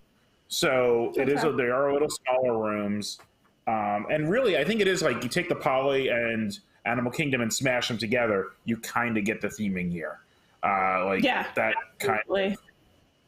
Because even though it's Animal Kingdom feels African, it feels modern as well. So that's what you get here. So the pools are great. The food here, I don't really remember anything. Oh, man. But it's also the main convention center one, I believe. Yep. That's why I've been there twice. It's got. I'm looking at the map. The convention center is just massive. Yeah. And it's a little bit of a farther walk than the other two. It's a nice walk though, and it's not hard. Alicia was talking about all the lovely growth, and it's not like just your normal ordinary path. Aside from the fact that I have a huge phobia of snakes, I really enjoyed that, but I was like, they could hide anywhere over here. The food. About it, I wonder if that is because it is pet friendly, because that's also where we took our dog for a walk. So that could be why they do have so much over here. Just a thought. The walk to the boat is really nice. You walk by the pool, and if you want to walk, it's right next to that path. It's really great. They do the events for corporations and stuff out by the pool as well. They do the torch lighting. The pool is a great pool bar. There's a little hot tub. It's next to what used to be Emerald's Chop Shop, which is a shame that it was gone because I had never had a better meal in my life while sitting in my towel. The food there was phenomenal. I just got out of the pool and I was like, I'm going to Emerald's. Jake's Bar American Bar is your basic pub food. They have a relationship with Crooked Can, which is a brewery down there, so they do get some special brews. They had a good tap list. I think it's the Orchid House, Orchid Court Lounge and Sushi Bar. Tremendous sushi, super expensive. So make sure you're going to pay a pretty penny there. I think I got like 3 rolls and it was like $80. So really, really expensive. Almost worth it. It was close. And it's a gorgeous resort. It's really enjoyable to just walk around. Ron said the rooms were about the size of the 2 lodges. I've stayed at both the lodges. I've stayed here. These rooms felt bigger. I don't know if that was just my imagination, but maybe they're laid out differently, furniture differently. And they all just recently got refurbished, so they look really, really nice. I have not eaten here, but I have a funny story because my dog has eaten here, weirdly enough.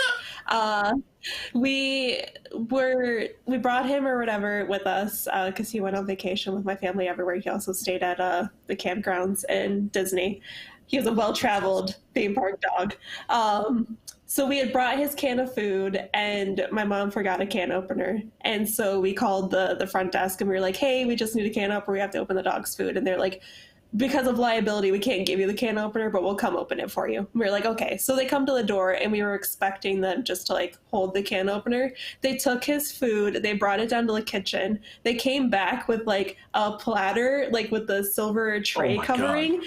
They put it, they got him a water bowl as well, and then they put it down on like a placemat, and then they were like, you can bring this back with you too. So he had a very fancy meal there. They put it in his dish for him. It was like very elegant, and then we brought it all home, and we were like, you ate better than us. Really cute. We went to the Whopper Bar. The dirty and I forgot about it. Yeah, it was probably the same trip. Oh. I'm glad my mom remembers this stuff and texts me on our break, or I wouldn't know any of this. But yeah, so that's my time there. It was really great. I liked it. Dog ate better than us. Good memories. So wait, Ron, have you stayed in all 3 of these? Hard Rock, all 3 of the upper no, I've ones? been in rooms in all of these. I've not, I visited family who stayed there. I think I might have drunkenly passed out on the floor of someone's room here. When I was working here, at Universal, people would chip in and get like hotel rooms, or we take turns getting hotel rooms for like a Friday or Saturday night party, and we got good enough discounts that we would do it at these sometimes. I don't think I spent the whole night, but I definitely think I passed out on the floor here. But we definitely had a party in the room, and it was. Yeah, as Patrick said, it's spacious enough. I don't think it's anywhere near the size of Portofino, but they were beautiful rooms at the time. I haven't been lately, but Hard Rock was more recent. I was there. This one's probably the longest since I've actually been in any of the rooms, but the grounds I did walk through about 2 years ago at least. I guess I was just wondering if you had a favorite out of the three, because when I look at the three, I feel like you couldn't really go wrong with any of them. But for me, Hard Rock, if I was going to go to one, Hard Rock was the one I was going to go to, probably for the same reason, Alicia, you do. Like, I'm a huge music lover, and I felt like it was, it's Hard Rock. I mean, why wouldn't I want to go there? So the other two didn't really have as much for me, and I think they might have been a tick higher. So I just didn't know if we had a recommendation from everybody on, like, out of these three, which one you would do. Honestly, the price difference starts between the three lows is like a $45 range from the base start price. And it can vary if there's a convention or wedding or things like that. Honestly, I would say whichever one of these three you can get at the best price, go. Especially since you could pool hop between them. They all have great pools on their own.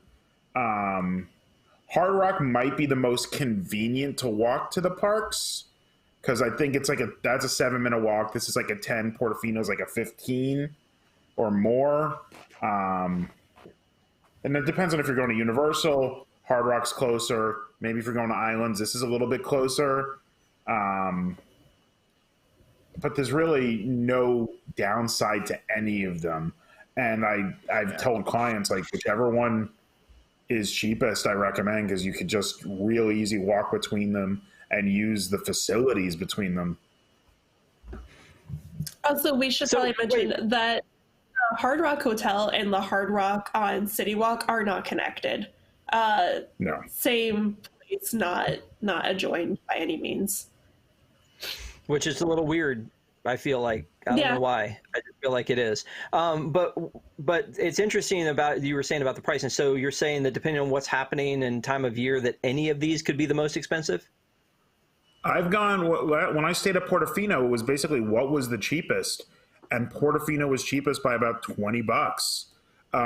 Wow. And this, even though this is the cheapest to start, being the convention hotel, certain times a year, it's going to fill up quicker because of those conventions. And Hard Rock, it really, I mean, they're just so priced so differently. I don't know if you've ever looked. As I said, the three, the closest thing to compare would be the three Disney resorts around Crescent Lake.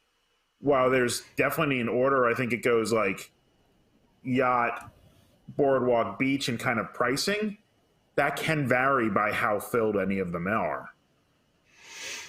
Yeah, I guess I was just thinking in terms of like Disneyland, there are only 3 hotels, and they're always like Paradise Pier is always the cheapest, and then the Disneyland Hotel in the middle, and then the Grand Californian at the at the top side of it. So I guess I was trying to see if there was kind of a comparable thing here, but it's interesting that maybe at different times some of them might be cheaper than others. But it definitely sounds like you can't go wrong with any of these. But you're going to get the most space by a decent amount. I think it's 325, 375, and 450 going square footage from going from Royal Pacific to Hard Rock to Portofino. So if you want room to spread out and you have a good sized family, but all of them have suites, all of them have theme suites. There's Despicable Me suites. There's the Rockstar suites. There's, I believe is the Jurassic Park suites, or is that at Sapphire? I'm not sure.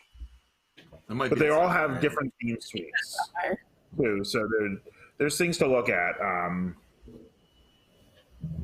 But theming wise, it really depends on what you like. Hard Rock is kind of more rambunctious, modern America kind of thing. This is a little more relaxing. So is Portofino, but Portofino feels a little stuffy. Like the Grand Floridian feels stuffy, but it's not, and that's the feel you get at Portofino.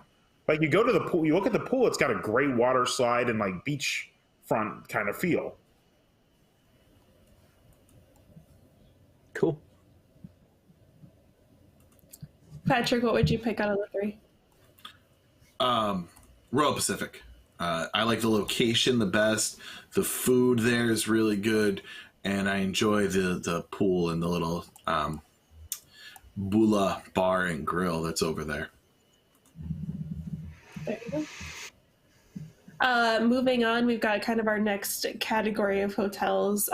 This is considered like the moderate, right? Ron, what's the actual term? They call it preferred, and it's so Sapphire Falls is the only moderate / preferred, and the price difference we're starting in the.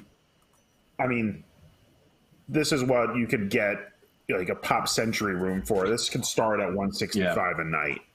And it's about 320 square feet, so it's just a little smaller than a Royal Pacific room. I have not been here. I've definitely looked at pictures of the rooms and things like that. This is much lighter on theming. This is basically like if you had your Hilton in the islands, is what you're going to get out of this. I actually really enjoyed it when I stayed here, though. So this is themed kind of like after the Caribbean, but it's got a little bit of like rum running kind of attached to it, which is really weird.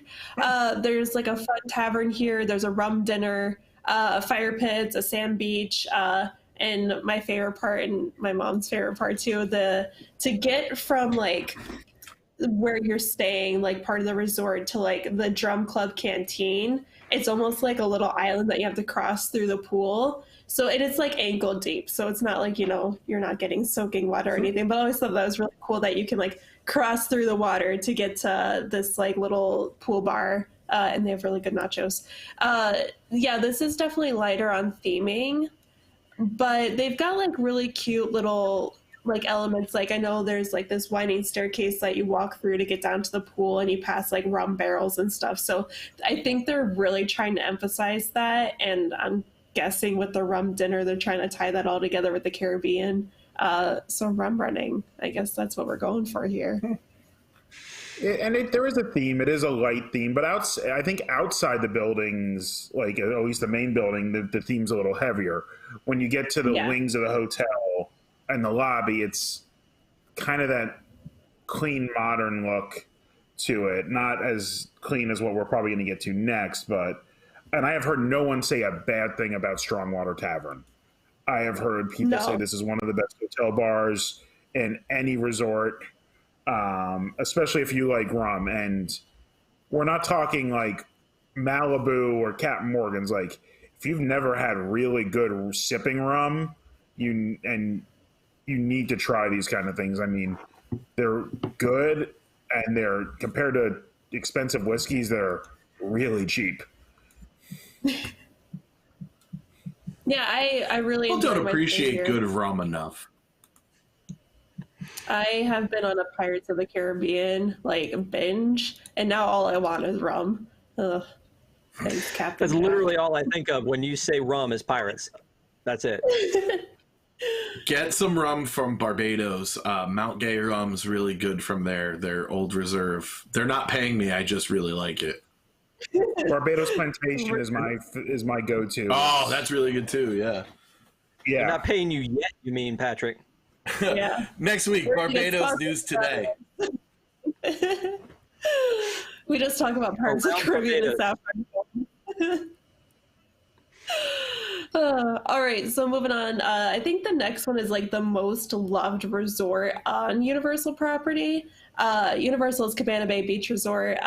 We were talking, this is kind of themed after 50s, 60s, old school vibes.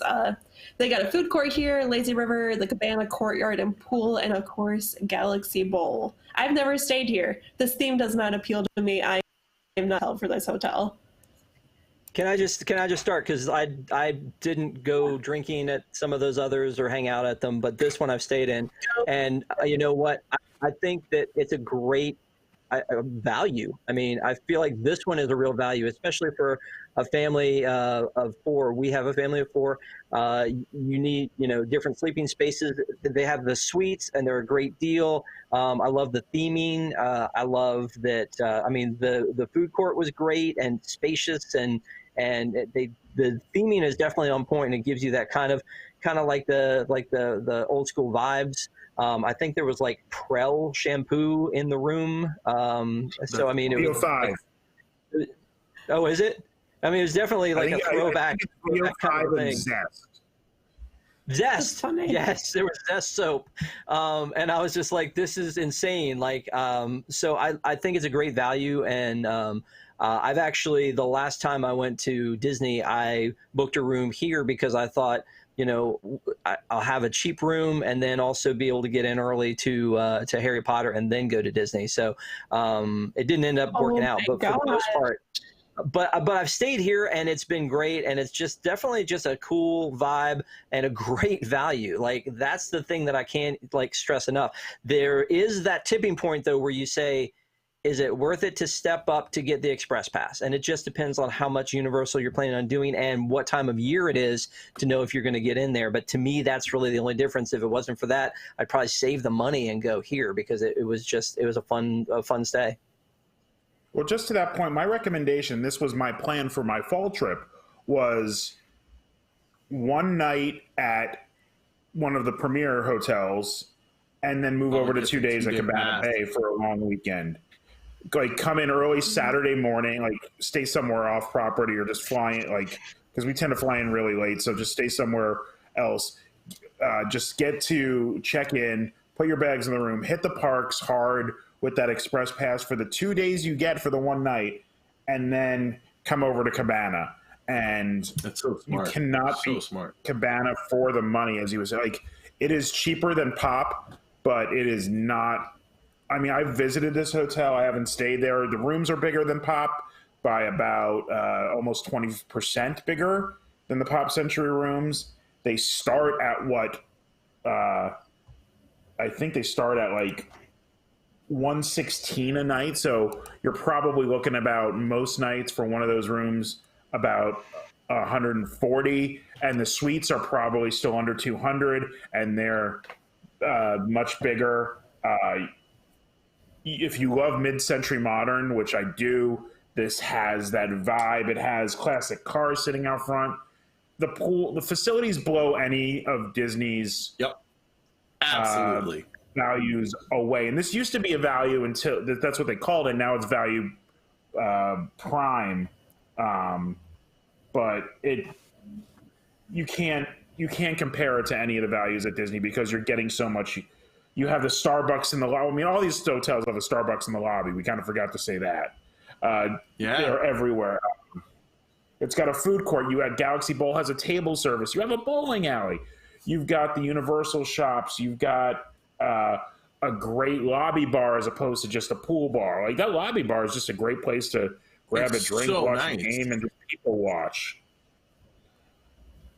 I can't say enough good things about this at all. Real quick, though, one other thing that you just talked about, Ron, is like it's got more space than Pop, but maybe not quite as much as Art of Animation, and so it fits right in the middle there, which I think is perfect. And Art of Animation is listed as a value, but is far from value. I mean, if you're a family really to have value, that ain't it because of the. I mean, it's $500 a night. I mean, or something like that. And so this, to me, is a perfect solution in between the two. Like, it is the sweet spot.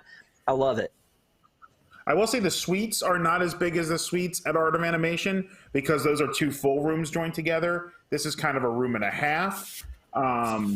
But it really still fit. You can sleep as many people. You're just not going to be as spread out. And I believe they still only have the one bathroom in the suites, but it is still spread out. So you can still, I think you still have the water closet, the sinks, and the shower room. So people can still be slightly separated getting ready in the morning. But I would always recommend this if people are looking for a place to stay, to visit Universal, because you don't get the Express, but you do get the early entry still, and you can still walk to the parks in about 15 minutes, which while you get the early entry at the real values, they're across the street and you got to take a bus. Like, they're really barely on Universal property if you consider it. Yeah. But the price, and we'll get to those. Oh, and this has a private entrance to Volcano Bay. That's true. So I'll hit it with the drawbacks. I love this place. It was a great place to go to. I visited it. I did not stay there. Again, I drank at the 3 bars. I had a good time. I grabbed something from their cafeteria. It was very good. I think I got an ahi tuna bowl. It was really tasty. I just kind of walked around and took it in. It's really It feels like it belongs on the side of the road on Route 66 somewhere. That's what it feels like. It feels like of that time and place. The 15-minute walk is not a great walk to the parks itself. I've done it. It's not great. And they might have rectified this since I was last there. The transportation, besides walking, wasn't very consistent. So this was before Volcano Bay opened. So it might have improved in the time since I last visited. But, you know, and you're not getting the Express Pass. That Express Pass, we've talked about the cost of it. It might be worth it to get a better hotel, and go visit Cabana Bay. I think that's what a better option is, to get that Express Pass. And I will say one thing, if you are looking to visit this hotel and you're not staying at Universal, like you're in CityWalk and I'm going to walk over, the gate on the walking path does require a key to get in. I had to wait for somebody to be going the opposite direction or to come by to let me in. I was about 5 minutes from trying to climb the fence when it happened, because it wasn't very, very high fence, but it was a sheer enough one that it couldn't be. And somebody finally let me in. And then you're walking around, because it kind of does let you out kind of at the far end of the resort. But it's still not a bad walk. It is a little long. It's not a great walk, but it's still shaded and scenic most of the way, except that Sapphire Falls is being constructed when I did the walk, so it's hard to kind of judge how it is now. Oh, and the towers have views right into Volcano Bay that you're not going to get at, like, you're talking like Grand Californian level views for a value resort. Yeah, I love your plan about, you know, staying one night in one of the other ones and coming over here, because that is the thing that holds me up from choosing this one necessarily all the time. Would be it's a great value, it's a fun place to be, but it does not have the Express Pass. So if you can like jockey around a little bit, that does sound like a good plan. And Universal will move your bags, just like Disney will. Oh wow! Good. All right, so up next is the Aventura Hotel. I haven't stayed here. This hotel is like really off-putting looking to me. It's very tall and modern and sleek. It's kind of doused in white. Like they just really went for a modern look here. I will say that this looks like it's more geared toward hotel or adults. There's like 3 bars here, it looked like. There's the Urban Pantry, which I think is kind of like a sophisticated food court with like different food from different cultures. There's a pool and a little bit of a splash zone. And then this what I thought was really cool. There's virtual reality in the game room. So it does seem like it's kind of going for that modern adult take more so than like the Cabana Bay kind of geared toward like families. This is like that, let's go on a date night here kind of. And it's the same exact price point. I hate the shape of this. It's the same exact price point as Cabana starts at. The rooms are slightly bigger, but negligible. We're talking like 14 square feet, I think. Oh, yeah. So it's really negligible. And the theming is really IKEA meets Apple Store. From like, it is really super modern, almost like that Scandinavian minimalist. Yes, exactly. The rooms have no straight walls. It's really, and the target audience, and they kind of said it, is for that millennial, and I mean the real millennials, like people in their like late 20s to early 30s, not like, you know, when people use millennial for college kids. It's for people who grew up in the technology and want that technology. Like everything is controlled from the iPad they give you in the room. I believe one of the cool things though is like it does with that, like it'll let you log into your Netflix and they supposedly wipe it every time. Like, so you have access to those things on the TV that you're used to at home on their TV. But I have no interest in maybe anything other than going up to the 17th floor deck. It's a very bland looking hotel to me. It looks like a fidget spinner from the outside, if anybody doesn't know. It really has no theming other than ultra modern, clean, and like to one of the things supposedly when you come up the central elevators, your rooms, the 3 corridors are color coded in, I believe, colors that some colorblind people can't see. Oh, that's a great idea. Shayna has that red-green color blindness. I think I want to take her here to see if she can find the room. Oh, no. No. I'm actually 100% on board with Ron, and when I saw this being built and the plans, I was bummed because I knew that this was coming to Disney. When they saw that Universal could get away with these huge unthemed towers, that they're going to do it too. You're exactly right, because then what did we get? We got a bunch of towers. Like, we are getting new hotels. We're getting additions to hotels with towers that are like the spitting image of this. I feel that's not a fair comparison. Like, those are gorgeous inside. This is still plain white with furniture that looks like it's particle board. And I mean, obviously there's a huge difference in price between Riviera and this. Like a $400 a night kind of difference in price. And you're getting that in the finishing level. This really does feel, I mean, we're going to get to the real cheap stuff in a second, but you're not paying for it there specifically. Yeah. I want to go up to the lounge. It would be really great to see that awesome Universal fireworks show. Oh. You know what? Let me ask you this. These are all, something we haven't really talked about is all of these hotels are run by Lowe's. These are not, I mean, even the Hard Rock is in conjunction with Lowe's, like, but am I wrong? Is it, so I know Lowe's does Sapphire and then Royal Pacific and Portofino. To be fair, Aventura is branded as Universal's Aventura Hotel, it's Lowe's. Right, Ron? Is it's it Lowe's? as well? And so it's not branded that way. It's really hard. It's not very clear, but the ones that are branded as Lowe's are the 3 premier, like none of the value resorts are branded as Lowe's. And that might be Lowe's doesn't want their name on the value, or it's just that that's not their contract that Universal thought, we can handle running value. But I thought the name tag still looked like a Lowe's name tag when I was at Cabana. I'm not sure. That these are all Lowe's hotels. And so if that's the case, though, then who makes the decision to make this hotel?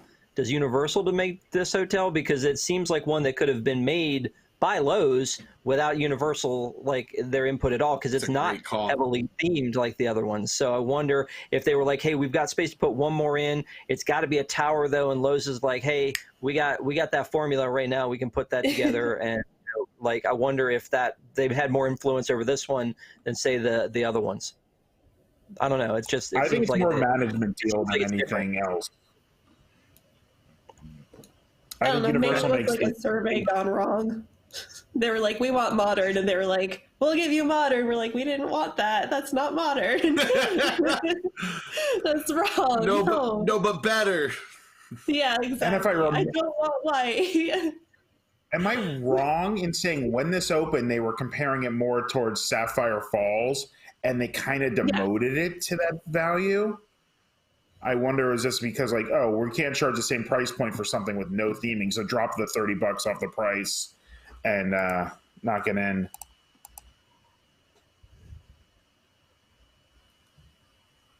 Yeah, I think they did try to brand this one towards like Sapphire, but Sapphire is way better. So we're going to move on to our last one, which I really, really love these properties, even though they're the furthest away and they're considered the value. So we have Endless Summer and then Dockside Inn and Suites, their sister resorts. This Dockside actually just recently opened. There's a sandbar, cafes, there's just a regular standard pool. I think on the website when I was kind of doing research for this, it looked like Dockside had a few more bars than Surfside.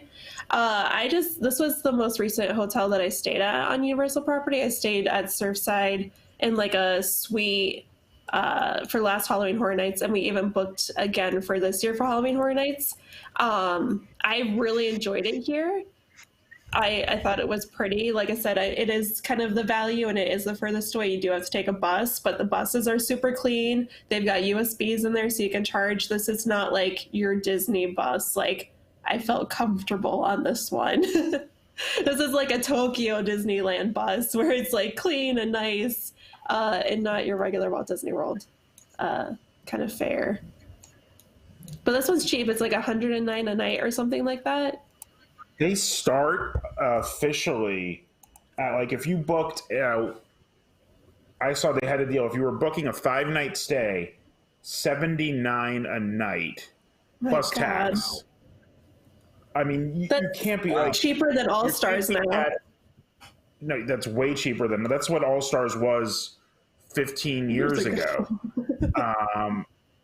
But you are off property. Like, you could walk to like the IHOP and stuff like that, which is probably something people might want to do. Who are, I mean, if you're really into the going to save the money, that's the kind of thing that actually is a convenience. The rooms are sparse. They're pretty. They are sparse. I remember when we stayed, so we did have an additional room. So we had like a 2-bedroom type of deal. You walked in and then the bed was right there. There was like a table and then a hallway. The other room was right off to the right, and then the bathroom was to the left. So it was like, there's not a lot going on in here. It feels like a dorm. Yeah, that's a really good way to put it.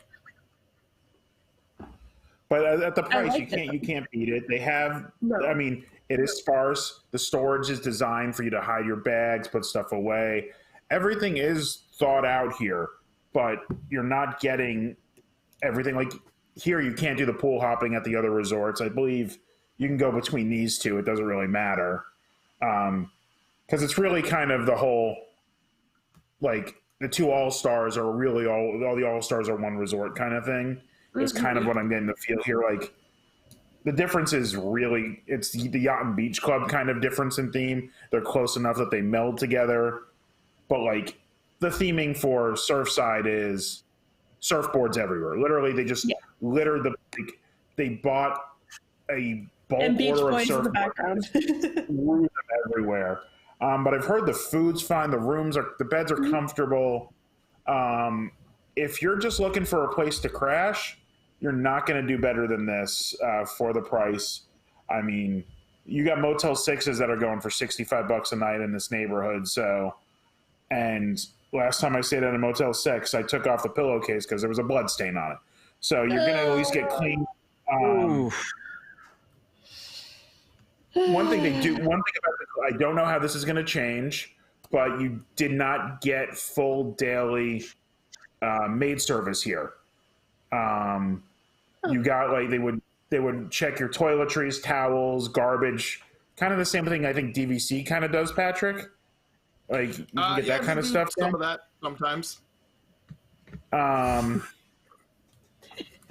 You get the basic pack, like you get basic, but they won't do a full room cleaning until you've been there for a week. Obviously, they're going to clean between everybody thoroughly, but you don't get you don't get any kind of real maid service here because of that price point. And do you get the early admission? You get the early admission, but no express pass. Yeah. No express pass. You still have the room charging, room delivery. Like Disney, they have a lot of the same things Disney hotels do with everything can go to your room key. They'll take packages back to the hotel for you. So all that's there, but yeah, the one thing they're missing that Cabana and the other value primes have is that pool hopping capability and walkability. I mean, you can technically walk Universal Boulevard in, but I really wouldn't. No, don't. Yeah, no, It's take don't do 30 that. or 40 minutes to get in, and it's not going to be a pleasant experience. One thing that we forgot to mention, all of these hotels, every single Universal hotel on property, you get separate admission for Halloween Horror Nights. So instead of waiting at the gate, like corralled in with a bunch of people, there's a separate entrance over by Blue Man Group, and you just show your hotel room key or whatever, and then you can get in through there, and it's like a savior because getting through that line can be horrific sometimes. On that same point, staying at any of the premier resorts for Halloween Horror Nights does not get you express pass for Horror Nights. It will get you express for during the day those times, but you can't get express for Horror Nights that way. You have to buy it separately. And it's very difficult to book a one-night stay at most of these during Horror Nights, too. They usually have a couple nights minimum. Yeah. Maybe not at these. I don't know. This is a part of Stay and Scream because that's how we booked for Horror Nights this year. So I think it's 2 days of Horror Nights, and then I think it's 2 nights at the hotel. And I think my mom said it was like around 100. It's really, really good. If you're at Horror Nights this year, I'll be there. Ron, do you know how many rooms there are between the two new hotels? I think roughly 1,400, but give me a second. I'll just look it up real quick. So here's why I'm asking that is because if they've added 1,400 more rooms, because both of these are built to be value and to be huge, and if they've added 1,400 more rooms and they still give you the early admission, then they've just like devalued early admission, in my opinion, by a little bit because of how many people you've just added to that list. And everybody's going to do the same exact thing. Yeah. Yeah, I think so. That's when they've now kind of it added 2,800 rooms, bringing the total Universal rooms to about 9,000. So it really added another 50%, almost 50% of what they had before these two opened. Yeah, but that's crazy. just, I mean, But that's like I don't know. saying that everyone at kind of Disney gets magic hours. Yeah. No, I don't disagree. I don't disagree to that, but to Patrick's point, everybody's going to the same place, and I don't think it's early admission to the entire park. It's early admission to the Wizarding World. Yes. Yeah. Mm-hmm. So I mean, I agree with you. I agree. It's the same thing as magic hours, but still, I think that devalues that a little bit there. So again, that to me added early admission much more valuable. I think they now do it more permanently at both parks at the same time, as opposed to I think they used to just rotate it between the parks, of which Potter was open. I'm not 100% on this, but I think now because of that increase, they do it at both parks, and they also do it at Volcano Bay. Oh, I always forget about that. Their third theme park. No, that's going to be Epic Universe. Come on, people. If you think about capacity versus hotel rooms for between Disney and Universal, you are now like Universal with this addition. Roughly, I'd say about 40% of their total capacity could probably be filled by on-site guests between the three parks. While Disney, you're probably still only looking at like 30% at max. And I mean, that's probably that's not even counting the water park. So yeah, you're getting into a denser area here. I think Alicia brought up a really good point is we could say everything we want about these resorts and what it's going to do to Islands of Adventure and to Universal Studios. This edition is for Epic Universe. These editions are for space for when Epic Universe opens. Yeah, but you've got more hotels coming to Epic Universe, though. I mean, that model is built so that there's going to be more hotels on that new land to go along, a new shopping district, new hotels to go along with that park. So I do think that, yeah, I agree with you that this is probably going to be a step in between, but I still think that it's going to be tough.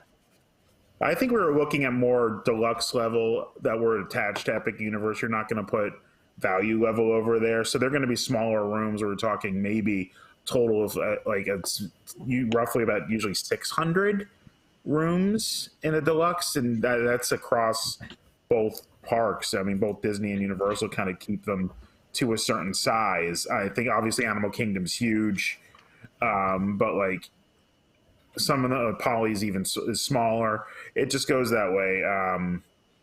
And if and when Epic Universe gets built, because as I think in the last week, it's now been officially put on hold. Yeah. Which we don't know how long it will hold. I think they're waiting to see like how numbers are when they open, and if numbers are when they open are within like a certain range, they'll start back up. because if there is if numbers are okay enough to afford it and things are cheaper during a recession, you're going to want to build at that point. Yep. So if they have the cash flow, you want to build when things are cheaper. If they don't think that, I mean, right now they're saying like 2020, like the end of 2022, 2023 is going to be back to what numbers were in 2019. This park wasn't supposed to open until 2024 anyway, so I don't see them putting it on hold indefinitely. There has been a change. They've hyped this up too much. Universal management.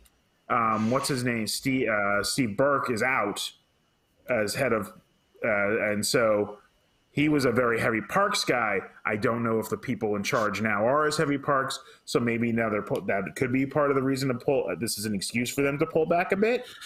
Oh, Cable Town. Wondering. I love how we had shakeups in both parks management, because we had, some Disney news come out that I'm sure Park Center will talk about tomorrow, but that is interesting.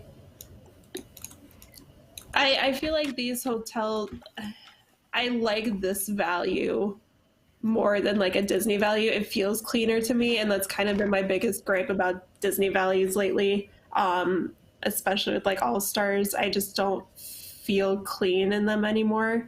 I've seen a lot of palmetto bugs, and it's just like, I don't think I can stay here anymore, with the exception of Art of Animation. I think that's a beautiful hotel, but it's still newer. Well, and that's something I was going to bring up too, is that, yes, I agree that like these have got to be in pretty top shape because they just opened, right? So, at All Stars, poor All Stars, I mean, how long have they been open? So, I mean, who knows that in the same amount of time that these won't be the same, but, right now, it sounds like it's a great value on a very good, very new, very clean hotel, and especially if you're doing something at Universal, it'd be a great way to get that early admission. But I'm still going to be on the fence about, taking that versus the Express Pass. And that's a good fair. point with this, is how that it is new. Like the furniture looked cheap. It really did look like IKEA, like particle board stuff from what I've seen. Did you get that feel when you were there? Maybe with the table. I didn't feel it with the beds. And then there was one weird thing that I'm kind of thinking about it. In the spare bedroom, like where I stayed, there was a wall, and then they had like it almost was like a chalkboard rack, like in classrooms where you would set like the chalk or like the eraser. They had that running against the wall, and I wasn't entirely sure what this ledge was to be used for. I ended up putting my Minnie Mouse ears there, maybe. But I was like, this is a weird decision. They must have thought that you can hang stuff there, like put a phone, but they were great for holding my ears. Well, my point is that if you have cheap furniture and less maintenance time, it's going to wear out quick. Yeah. And they've been better with it recently, but traditionally Universal's maintenance has been pretty dismal. So hopefully, maybe being Lowe's management, they'll keep it running. And if they do, it's great. If not, these hotels can end up being OBT pretty quickly. Oh, no, not OBT. I don't even think All Stars have gotten to that level yet. They're pretty rough, though. I don't know. I don't like staying there anymore. Patrick, you're agreeing. I've been there once. I am Really? about that DVC life. That is the way for me. If I'm going to choose though a value, I'm definitely going Pop Century over the All Stars. I mean, food court alone. Yeah. Yeah. Yeah. Hit the OBT music. Someone just said in the chat. Yes, Do you guys have any more thoughts on kind of the hotels overall before we start wrapping up? Take the time to look at them if you're visiting Universal and not staying at them. They really are more impressive than you'd think. And people talk about resort hopping at Disney, and I think Universal doesn't get the love for that I think it really deserves, especially how close knit everything is here. Yeah, like most, Disney hotels, unless you're on the boardwalk, you can't walk to them. But here, a lot of these are in walking distance. I know for college, like when we were bored and we were like, we need to take a walk, we would just go and do a loop around the resorts. And that was a great way to get some exercise and walk around. And it's a pretty walk. And I think that people really should take the time to kind of explore those. Just like Disneyland, I think Universal Orlando has done an amazing job of taking a theme park and making a resort out of it. When it first opened, there were no hotels. It was just the park, and then they added the hotels, and then they added the second park, and they added CityWalk and the parking decks. And I mean, it is really amazing what they've been able to accomplish with the resort. And it will be interesting to see what the next phase looks like with Epic Universe and how well they continue that kind of connection without the benefit of always having had all that land. I mean, that's the one thing that Disney has, is like all that connected land. And so just kudos to Universal in general for being able to pull together the waterways for the water taxi and the beautiful paths and everything into what was just basically a huge parking lot off of Kirkman. Yeah. There's a Papa John's behind like 90% of this stuff. Like there's a gas station over there. Like you wouldn't know it. Well, Dr. Phillips High School is right behind it. Exactly. I mean, so it definitely feels like more of a complete resort than Disneyland to me. They have more space, obviously, than even Disneyland does. But I think the way CityWalk ties together and the hotels are like, I love the Disneyland Hotel. Paradise Pier is fine, but they feel like towers. And the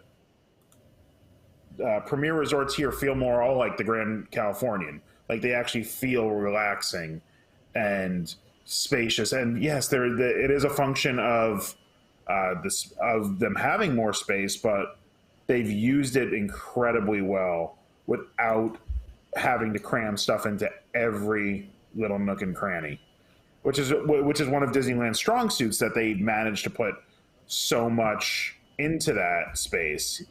But I think this is a good step between them that gives you that intimacy Disneyland has if you don't want to leave property and just hang out, especially since even before Disney charged for parking, they charge for parking over at all these resorts.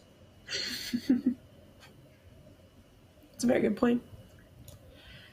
All right. Well, I think that we're going to start wrapping up.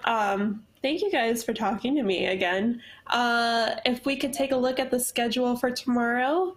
I know starting at 11 a.m. we've got graphics time with Rob and Tyler and Spencer. And then as usual, Park Center at 9 p.m. Thursday, Party with P, and then WW News Tonight. Friday, Marvel movie rankings, and 9 p.m. staff memories, which I think all of staff is kind of sending in pictures, and they're all going to be on there talking about it, showing videos kind of from all of our lives when we were growing up to now as adults. Saturday, we've got Locked In with Eric Morton, and then a cast member pantry fundraiser. I'm not entirely sure if we're still planning this, but I know that all the donations are going to go to the cast member pantry, which I think is helping furlough cast members at the moment. So that's really, really cool, and everyone should tune in. And I think it's going to be like a telethon, so it should be fun. With WDWNT live ending, this is kind of going to be our last Universal show for a little bit. However, everyone's been tuning in and watching and giving us like really great numbers. So that gives me hope that when the world returns to normal, we might be able to do some more Universal content, or at least I can beg Tom to let me do a Halloween Horror Nights episode in October. But other than that, it's been really fun. I know, Rob, you're doing graphics time. What are you guys talking or doing? Is it like open office hours? Can we come in and bother you and tell you to draw things? No, we're not doing that. Along the way with WDWNT, Tyler and I have done a lot of graphics for News Tonight bits, for the events that we've done, for just for everything. I mean, for masks, for that are available for sale now. So all that stuff. I think. Check out our masks. Yeah. I think, you know, what we wanted to do is kind of show people some behind the scenes and kind of tell some stories about how things came to be. How, you know, like the billboards that Tom, you know, sends the pictures in, the bread ears, the WDWNT, the resort, you know, some of those things we would tell the stories about, like how, like the genesis of the idea to what ended up going on the show. So it should be pretty fun. We're excited to share some of that, share some of the behind the scenes. I think we're even going to show some of the stuff that, like sort of cutting room floor stuff that we created, and it was like, nah, we need better than this. So or, you know, no, Tom comes in, he's like, that's not what I wanted, and then you remake everything. You know what, as a graphic designer, I'm used to that. I'm used to people going, you know, like, hey, I want this, and you know, you make something, they're like, I don't know what I wanted, but that's not it. So that's not a unique thing here, but it's something that again, we've created a lot of stuff that never saw the light of day, or we've created some stuff that we're, I think, super proud of, like how it ended up turning out. So, and I know, like, you put on your Instagram story your pin board, and I looked on the pin board and went, oh, hey, there's that Pleasure Beach pin that I got to design. And I've done a lot of design work, but for some reason that I got to design a pin that was like a Disney pin was a huge like win for me. I don't know, I was just very excited about that. So again, it'll probably be stuff like that. So tune in. You can't see it. It's not in focus, but it's there. It's up there on my pin board. And Ron, you're doing Marvel movie rankings, right? Yeah, Patrick's with me on that Friday morning. Oh, there you go. We're going through. It's been tough. We're going to go through all the Marvel movies. No, I don't think it's a spoiler to say that I think Thor: Dark World's the worst. But we're going to go through them all. I have my list I was working on today. I think I've got it to tweak where I want, but if you have been following our live stuff, we've done a lot of movie rankings, and at least we've all watched of a lot of movies the past 2 months. This is so much better than direct-to-video sequels. Like, these are, I think, there's going to be a lot of arguments because I think a lot of people have their favorites here, and this is going to probably be one of the most spread out of any of the rankings since we did the original Disney classics. It'll be fun. All right, everyone. I think we're going to end the night here. So thank you so much for tuning in, and I hope we can come to you soon with another episode. I know I'd love to bring these guys back and talk for Universal. So hit us up, email at alicia@wdwnt.com so I can forward it to Tom and beg him to let me do more. And with that, we're going to send you off, and have a good night. Thank you for watching. Thanks, guys.